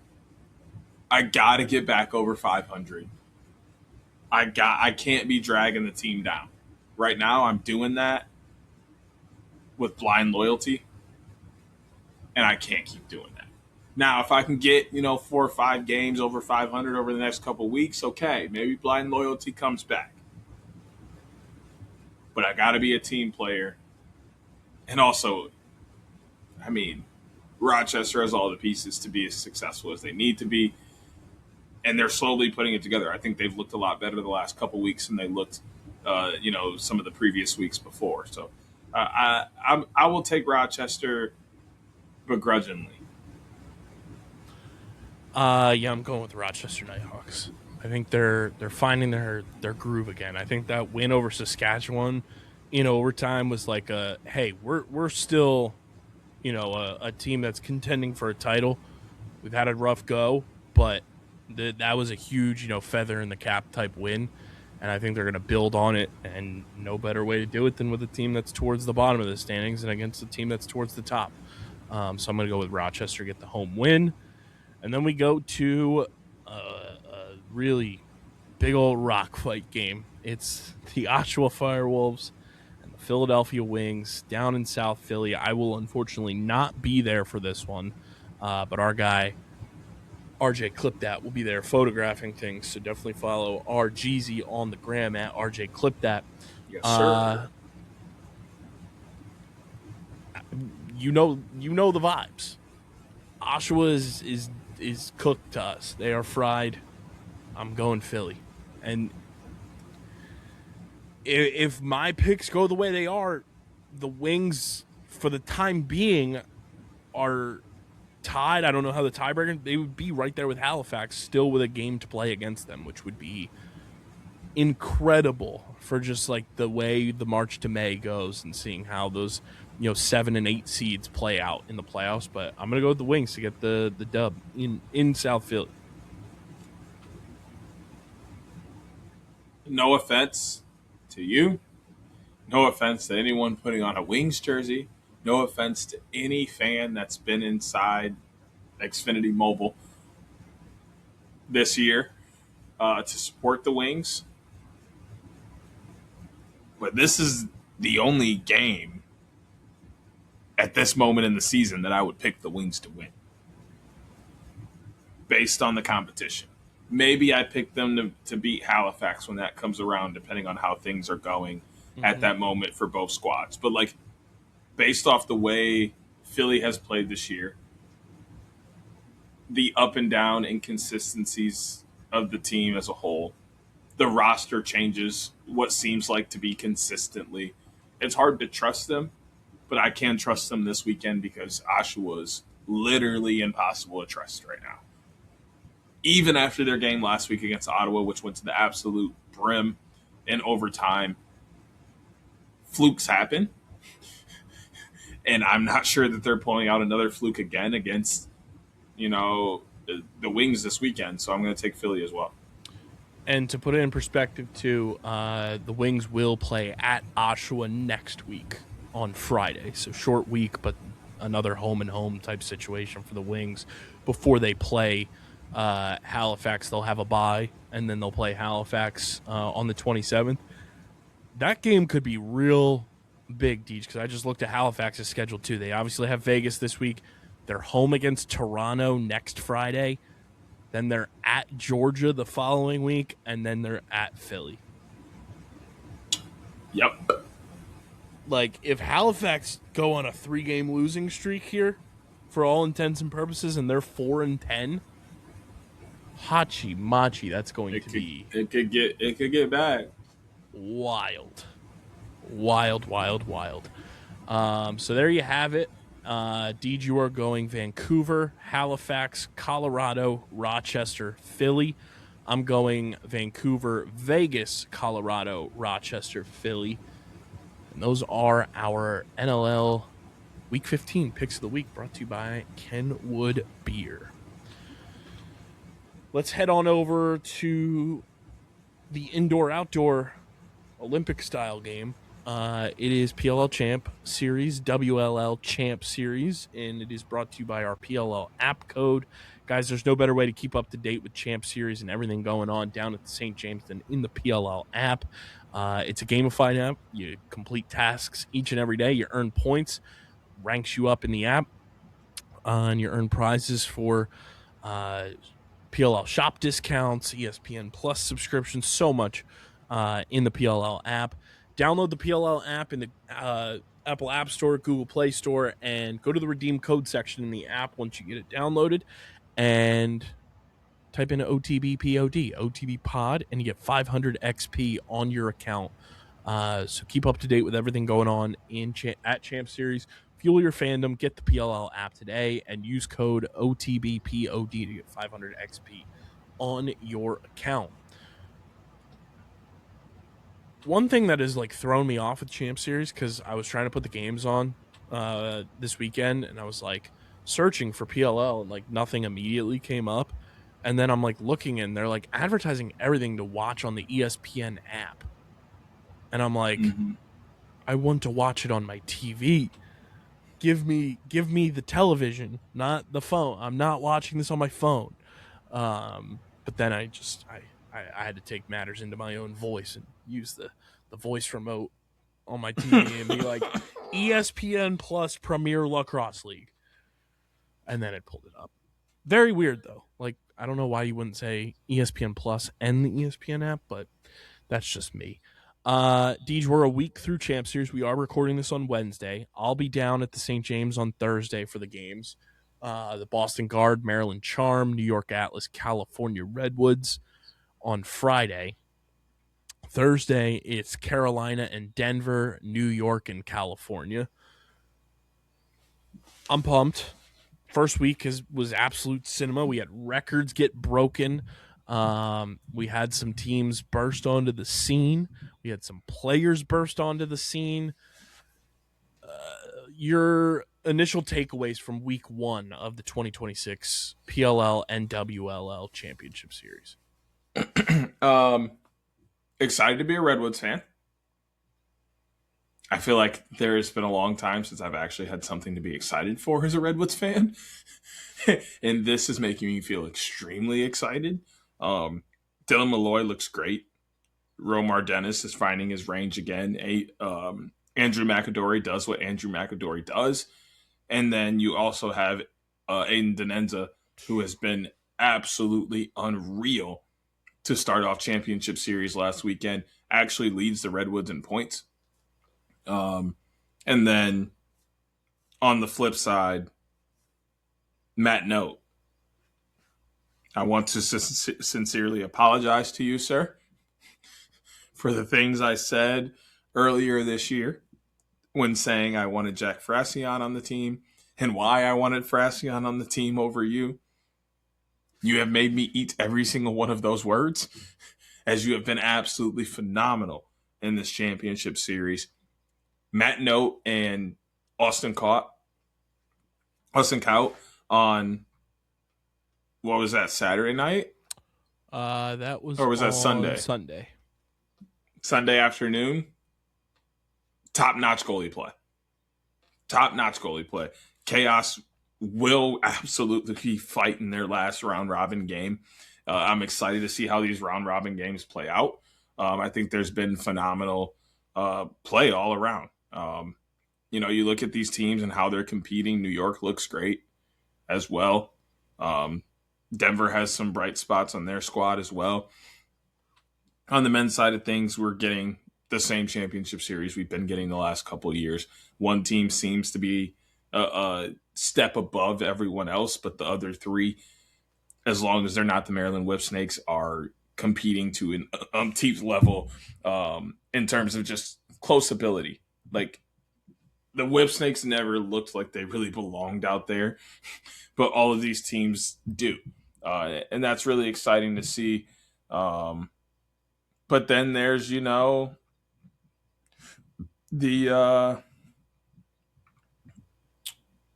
WLL. Did not see this coming. Not gonna lie to you. I did. I did not see California being this good. They're phenomenal. The all pink looks great on them. They're really popping out and being really a dominant team all around and playing very great lacrosse. They're 2-0 to start things, and they're looking a lot better than some people thought they would. They have a win over Maryland Charm. They picked that up 2011 on Sunday, and then they also beat the Boston Charge 22-15. I know for sure you didn't have the Charge, the Guard. You for sure didn't have the Guard going 0-2 in weekend one. No, but I don't think anybody had the Guard going 0-2 in weekend one. I'll tell you this much. As soon as we got a chance to talk to head coach and GM of the California Palms, Maddie Buss, I said it last week on the show, she's a fucking vibe shift. She gives this team an identity that I think they were kind of lacking last year. Not that the players don't have it, but you also need a coach to provide a coaching identity, and Maddie Buss brings that. She is a lightning rod, man. Like, I can't wait for you to get a chance to, talk to her, and we got to get her on this show because she's just an absolute joy. Like, she is the identity in terms of just like emotion for this team and the way that they're playing loose and playing fun and just carefree lacrosse. It all starts with Matty Buss and it trickles down to everybody on that team. They are so fucking fun to watch. They are out here, like I told you last week, they are the vibes and smiles team of the WLL Championship Series. They're out here, they are like the epitome of the friendship bracelet. They are making shit happen, and it is the perfect brand of lacrosse for a West Coast team. Yeah, and I would argue that the Redwoods are playing with that same kind of energy, vibes and smiles, and they're bringing just that West Coast sunshine over to the east in Virginia and inside the St. James, and still making it shine as if it's 90 degrees outside. They both look happy. They both look good. They both look great, and they're pacing both their respective leagues in terms of being 2-0 and holding a nice score differential as well. The Charging did pick up a win over the Guard, 11-10, so that was nice to see. But they lost the next game against the Charms, so Charms still hanging in there. I think it's what I like, though, is that each side there's one team that's 0-2. I really wish all of these teams could have been 1-1. I think that would have just added to the chaos that is Championship Series. But we're seeing that high level of play, back and forth action, extremely fast, extremely skilled, extremely aggressive. It's what Championship Series is about, and all of these teams have shown why they should be here and how exciting the game can be when played in this fashion. Can I give you this? We love a Joe Keeg stat. WLL offensive efficiency. The New York Charging, 24.7%. Boston Guard, 24.7%. Maryland Charm, 30.2%. The California Palms, 42%. The California Palms, after a Taylor Moreno save, 55%. Sheesh. They're That's already number one in unreal. efficiency, and then as soon as Taylor makes a save, it bumps up an extra 13% in offensive efficiency. That's insane. But it makes so much sense. With like when you look at the way that this game is being played and how I'm surprised at how often subs are being made in both games. It seems like there's 2 or 3 people coming off every time. So if you're making a clean save and you're getting it out, it's a 1-0, a 2-on-1. You're going to score most of those just based off of the short field, based off the skill, based off of the size dimensions of where you're shooting from. You're going to cash in a bunch of those. So her making clean saves and getting them out quickly, game changer. And in week 1 of Champ Series, we had 3 new members of the 7+ goals in a Championship Series game club. This also comes from our guy, Joe Keegs. Kira McCardle, Brian Costabile, Mac O'Keefe, Matt Campbell, Emily Harrischuk. Kieran did it in 2024. The other names were 2025. Joining it this year so far, Justin Anderson, friend of the program, no big deal. Matt Trainer, Jill Smith. Jill Smith is nasty, bro. She was balling this weekend. Well, last weekend. Certified hooper. Yes. Other takeaways, another Joe Keeg stat, and then I'm going to bring up a funny moment from Champ Series. Percentage of shots from 2-point range, minimum 10 shots in their Championship Series career. Number 3, Jake Caraway at 70.6%. Shout out to the boy. Romar Dennis, 79.2%. Deej, number 1, Graham Bundy Jr., 83.3% of the time he's shooting from 2-point range.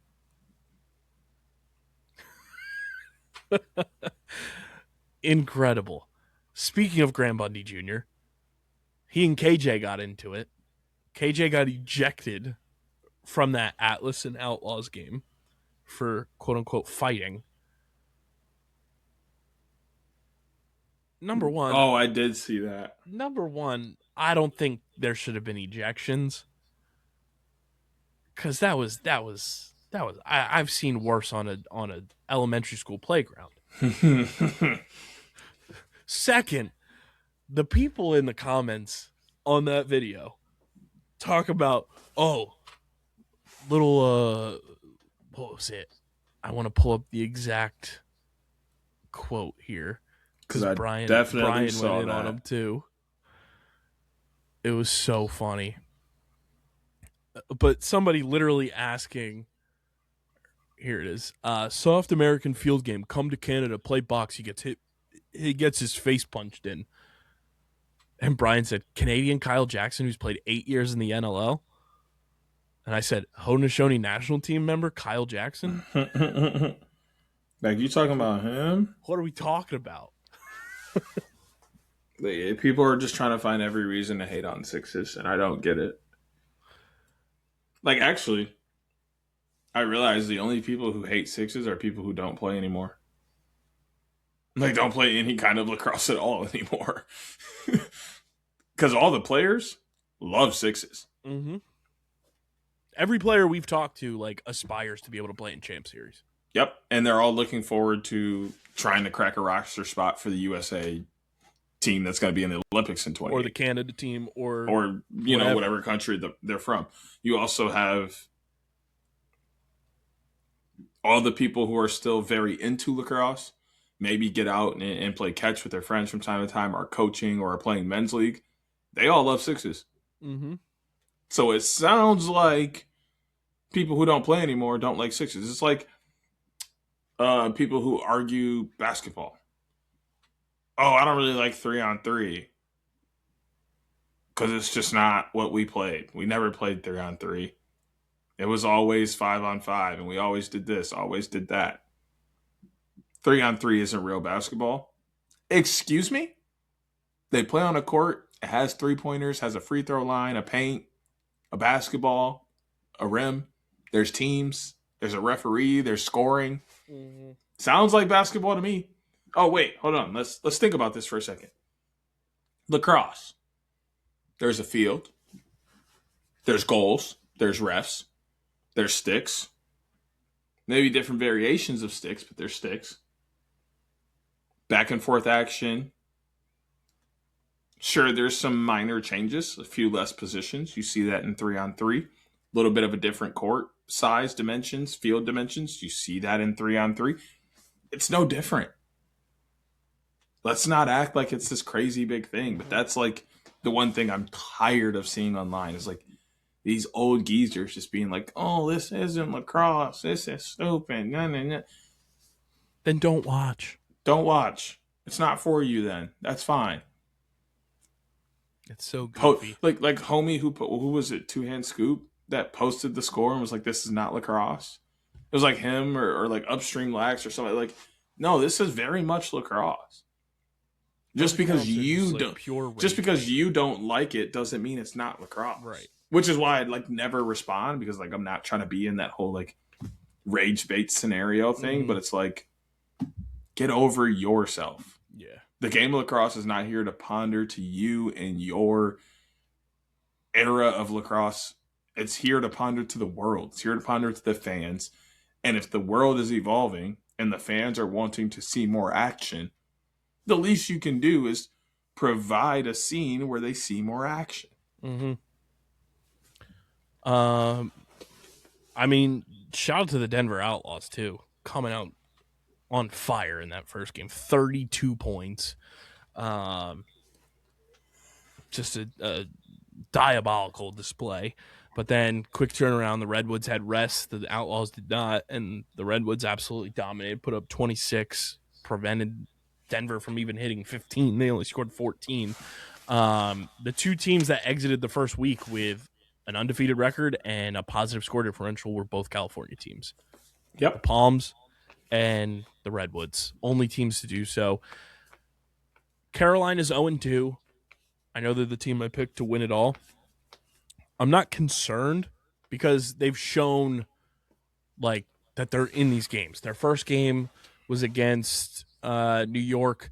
They had a 5-goal lead. They end up losing by 1 against the Redwoods. It was tied. It goes to overtime. The biggest thing is they got to learn to finish. And there's a lot of new guys on that team compared to what the Redwoods are rolling out, compared to what even Atlas are rolling out.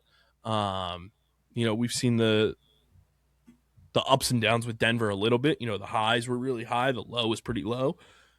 Carolina's got so many new pieces that a lot of them have not played together, and I think it's just, and you throw into the equation a brand new coach like right before Champ Series kicks off. I'm not overly concerned with them, but I am going to be intrigued because they've got Denver on Thursday, and that's kind of a do or die situation for them to advance to the semis. That's going to be a really fun game to get everyone back in the swing of things for this second week of Champ Series. Yeah, I'm really excited. Looking forward to Champ Series this weekend. I think, like you said, to open things up, Carolina and Denver. Denver looked great in that first game. Really came out swinging, and then were kind of halted once they had to play the Redwoods. Brought kind of back to life. But now this is a great opportunity where both of these teams are feeling like, hey, this is our chance to solidify our playoff spot. Mm-hmm. Like, the chances that New York beats the Redwoods, I mean, they're there. It's a possibility. But 9 times out of 10, both of those teams are probably thinking, hey, Redwoods beat us. They're probably going to beat New York. So we got to win this game to guarantee us a spot inside. Yeah, both PLL games, Thursday, Friday, are fucking electric. It's a do-or-die game between Carolina and Denver, and then you've got a high-powered Atlas offense going up against the top team right now in the Redwoods. That's going to be so much fun. Well, it's almost a do-or-die game for Atlas in that scenario, too. Like they got to survive depending on what their score differential, which it's a -9 right now. So depending on what happens in that first game, if you lose, you're only trying to lose by so many, or you're trying to win to make sure that you're getting in with that 2-1 record versus a 1-2 record. And even then, if you win, you're probably trying to win by a certain amount to maybe get that 2 seed instead of the 3 seed for whatever. I guess it doesn't really matter if you're not the 1 because you got to play in that first game anyway.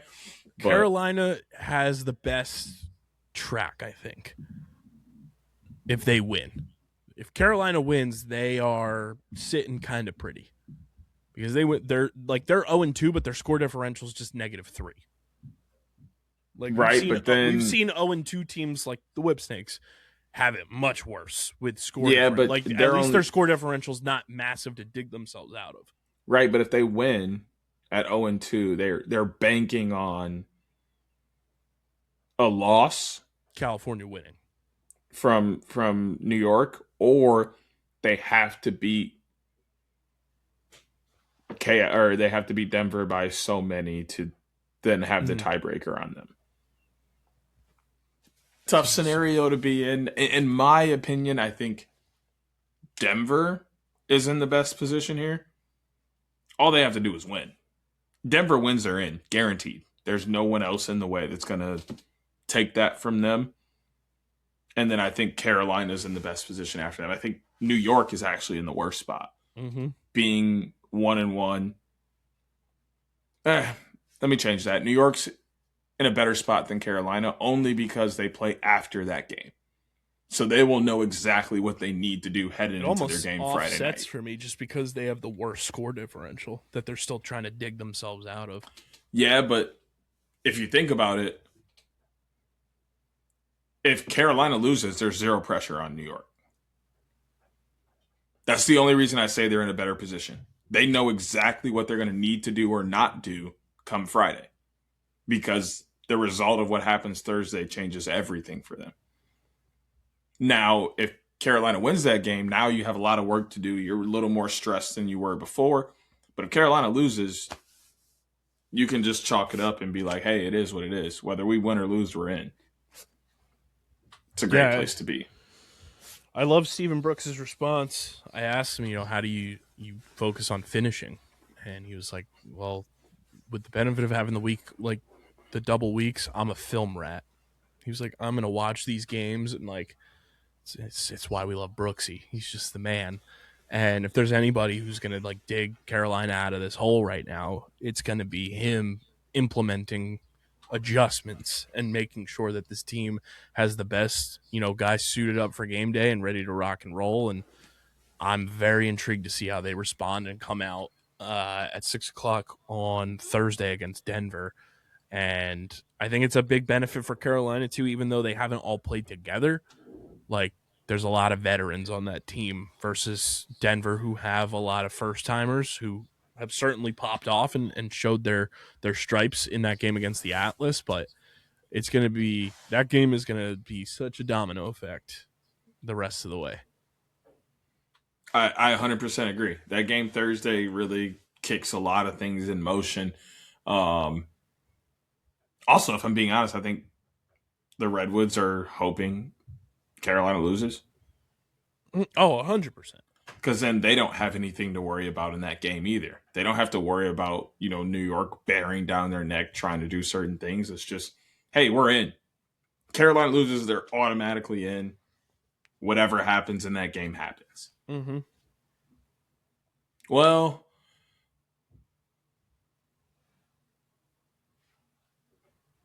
it comes down to score differential. What is Denver's score differential at the moment? -2. So they'll have to take a look at how much Denver wins by and what that score differential goes to. But if they're still below California, they have zero. They have zero to worry about. If the Redwoods are leading score differential at the end of that game Thursday, which they more than likely will be, because right now California's at a +14. Right. So you'd have to win by +16. 16 to even tie. Mm-hmm. Good luck. So yeah. So as long as the Redwoods don't go out there and lose by a bunch, while Denver wins by a bunch, California will have the 1 seed and will be able to have that bye and control their destiny. Yeah, it's going to be fascinating. I mean, Redwoods look great, and I think that's a testament to coaching, testament to having a guy like Chris Collins on your staff. And the WLL, I'm all in on the Palms, man. They're so fun.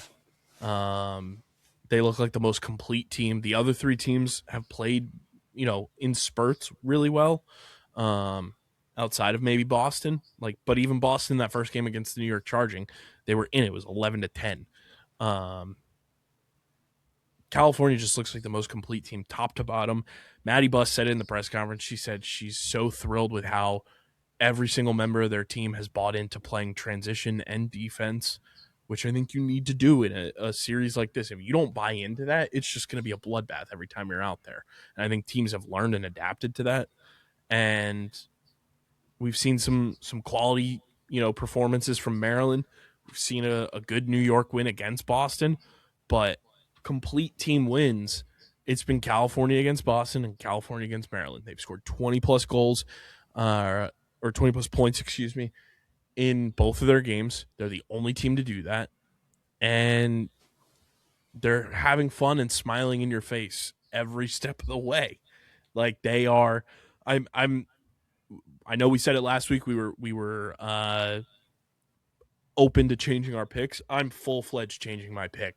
The California Palms are winning the whole champ series. I have to agree. It hurts my heart as a Midwest lacrosse fan to see the Charging and the situation they're in with so many Northwestern alum on that team. But hey, sometimes teams come out and they play hard. And sometimes, a team has, I won't say an advantage, but they just have vibes and smiles on their side. And that goes a long way. You can see California simply just having fun with lacrosse. The Palms are having fun. They're living that Barbie lifestyle that Bess brought up in that all pink, and they're just enjoying their time out in the field and with each other. And it's taking them exactly where they want to be, which is winning games and hoping to be raising a WLL championship series trophy at the end of the weekend. Yeah, and this is not to take away from, someone like Madison Doucette or any of the other goalies. Taylor Moreno is just proving why she's the best women's goalie on the planet. She is unfucking believable.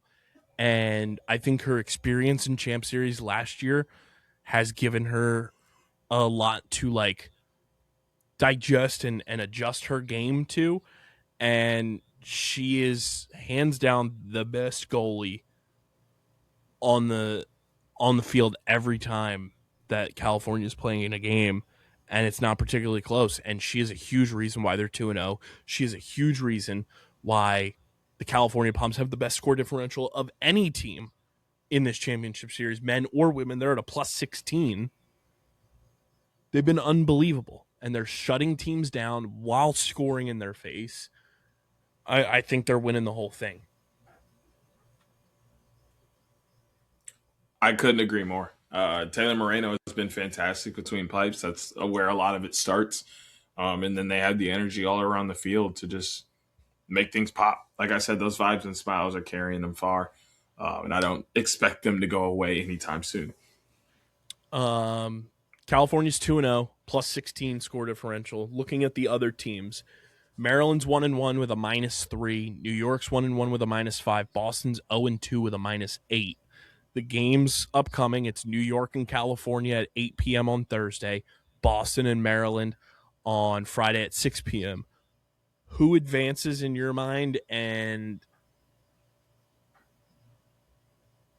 can the Boston Guard win a game? Can they win a game? Yes. Of course they can win a game. Anybody can go out and win a game. Do I think they will? Unfortunately, no, I don't. I think the Charging, the Palms, and the Charm move on in WLL, and I think the Palms win the championship. I think Denver, New York, and California move on in the men's side of things in the PLL, and I've given the Redwoods the championship series trophy. I think it's Palms, Charm, Charging for WLL. I think it is California,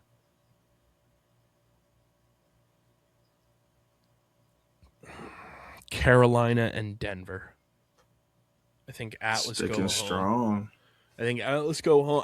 That score differential like gives me like a lot of reservation there, and then having to play against California with a lot on the line regardless is going to be tough. And I just think Carolina is going to have a lot of good adjustments and have a lot of veteran presence out there, and Austin Coutts playing out of his fucking mind. Not that Logan McNaney hasn't, not that Owen McElroy hasn't, but I think it's California, Denver, Carolina, and then I think it's California, Maryland, and New York. Fun WLL stat teach from our guy Joe Keegs as well, in terms of the women's 2-point line, because that is obviously new piece, new component to the women's game this year. WLL 2-point shooting. Charlotte North, 2 for 4, 50%. Obviously scored the first WLL 2-pointer in history of Champ Series. Everyone else, 0 for 9. Oh, wow. That's shocking to me.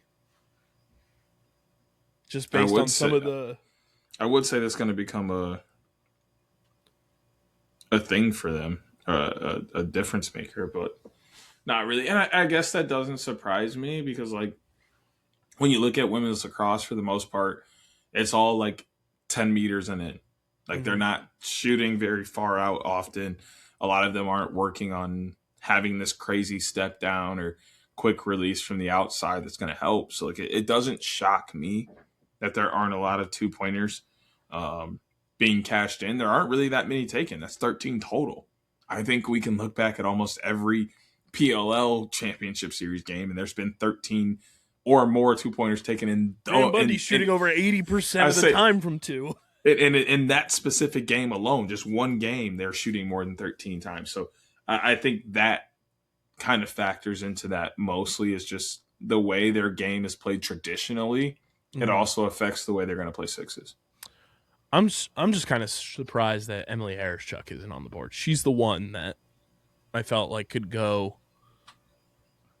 and kind of rip from range, because we saw her do it last year, even though the 2-point arc was not implemented yet. She hit from where it would have been a 2. The other crazy Joe Keegue stat, only 4% of the New York Charging shots have been left-handed. I mean, don't fix what ain't broke. Well, that's my only opinion on that. Don't fix what ain't broke. If you shoot good with your right hand and you can get to it, shoot it. Makes sense to me. They're going to have to fix a little bit, because that game against they haven't really been scoring that much. That's been their issue. But even in a win, they only scored 11, and then they scored 12 against Maryland. I say, yeah, but there isn't anybody who's like scoring crazy amounts on their side anyway. You know, like the women's side is fairly low scoring outside of California. You know what I'm saying? But everybody else is kind of in that mid-teens range. What we talked about last week, too, is like with the team that they have, you would have expected a lot more offense from Izzy, from Emily. Yeah, but like I said, it's very disappointing as a Midwest fan to see them in this position. But it also makes sense just when you look at the dynamic of that first weekend and how it played out for them. They grabbed a win. I feel like they looked much better in that game against the Guard than they did against the Charm. I feel like the Charm maybe just had a little bit more legs under them. They weren't as tired. So I think that factored into that as well. But in all reality, I really think it just comes down to the fact that they're not the team this year. Last year, they were very good. They looked very good. They dominated this championship series. And this year, the Palms have a lot to say about that. Yeah, it's gonna be a lot of fun. I'm excited for what's to come this weekend. It's gonna be a doozy of a weekend, and I genuinely don't know what to expect, and that's the fun of Champ Series. Yes, literally, absolutely anything can happen, and when you can't even think about what could possibly happen, it's nothing but exciting and makes you focus on what is happening in front of you so that you don't miss anything. I think that's what I like the most about sixes is you can't really look away or you've missed a lot. Matt Traynor leading the Golden Stick standings. These are the stats that are blowing my mind here to wrap up Champ Series. Deej, do you know who's leading in touches so far through the first week of Champ Series for the PLO? Probably somebody like Josh Barkasol or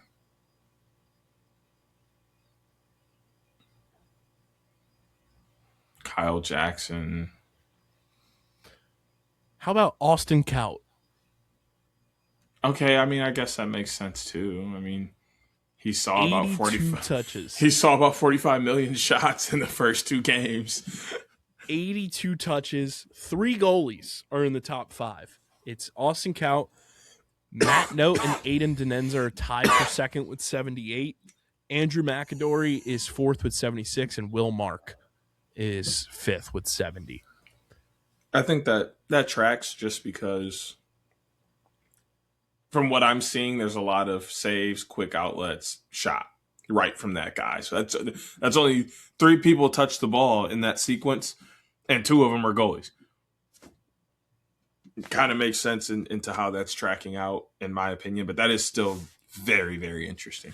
3 goalies in the top 5 in touches, leading the PLL Champ Series in saves by a large margin. Austin Kaut, 41 saves. Yep. The next closest, Matt Note with 28. Owen McElroy with 24. Will Mark with 20. Logan McNaney with 7. Save percentage. Austin Kaut, 48.8% on the save percentage. Matt Note at 48.3%. Logan McNaney at 43.8%.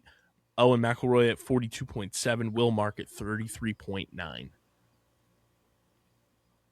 I think one of the fun, underrated stats here and stat leaders, ground balls.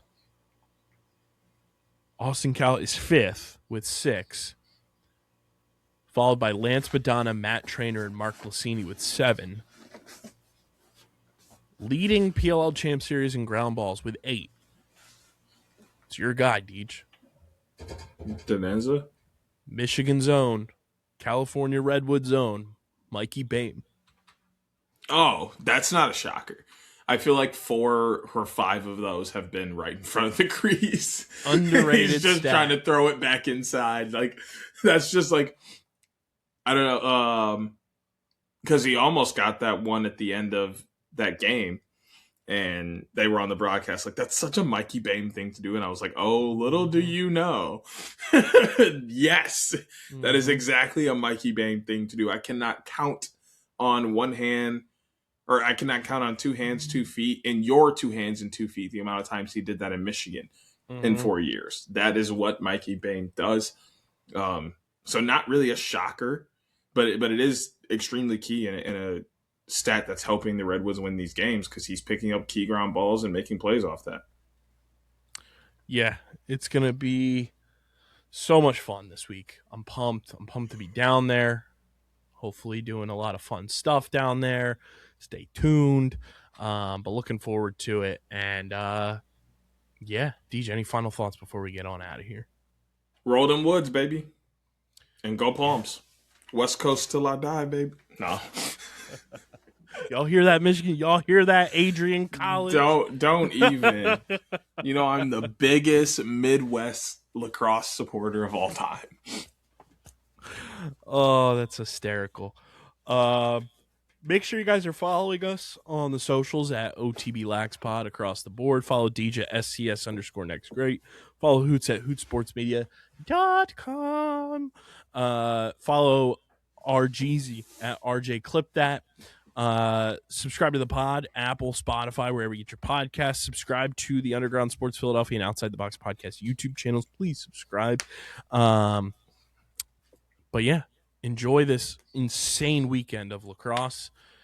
This has been episode number 417 of the award-nominated, honorably mentioned, number 9 NCAA ranked, number 11 Philadelphia ranked, the most unprofessional and disrespectful lacrosse podcast you ever done, seen, and heard in the land. It is the Outside the Box podcast, the official lacrosse podcast on the Underground Industries Podcast Network. For Deej, KB, enjoy the lacrosse.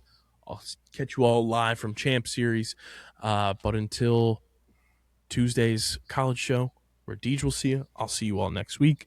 We're getting the heck up out of here, people. Peace. Peace.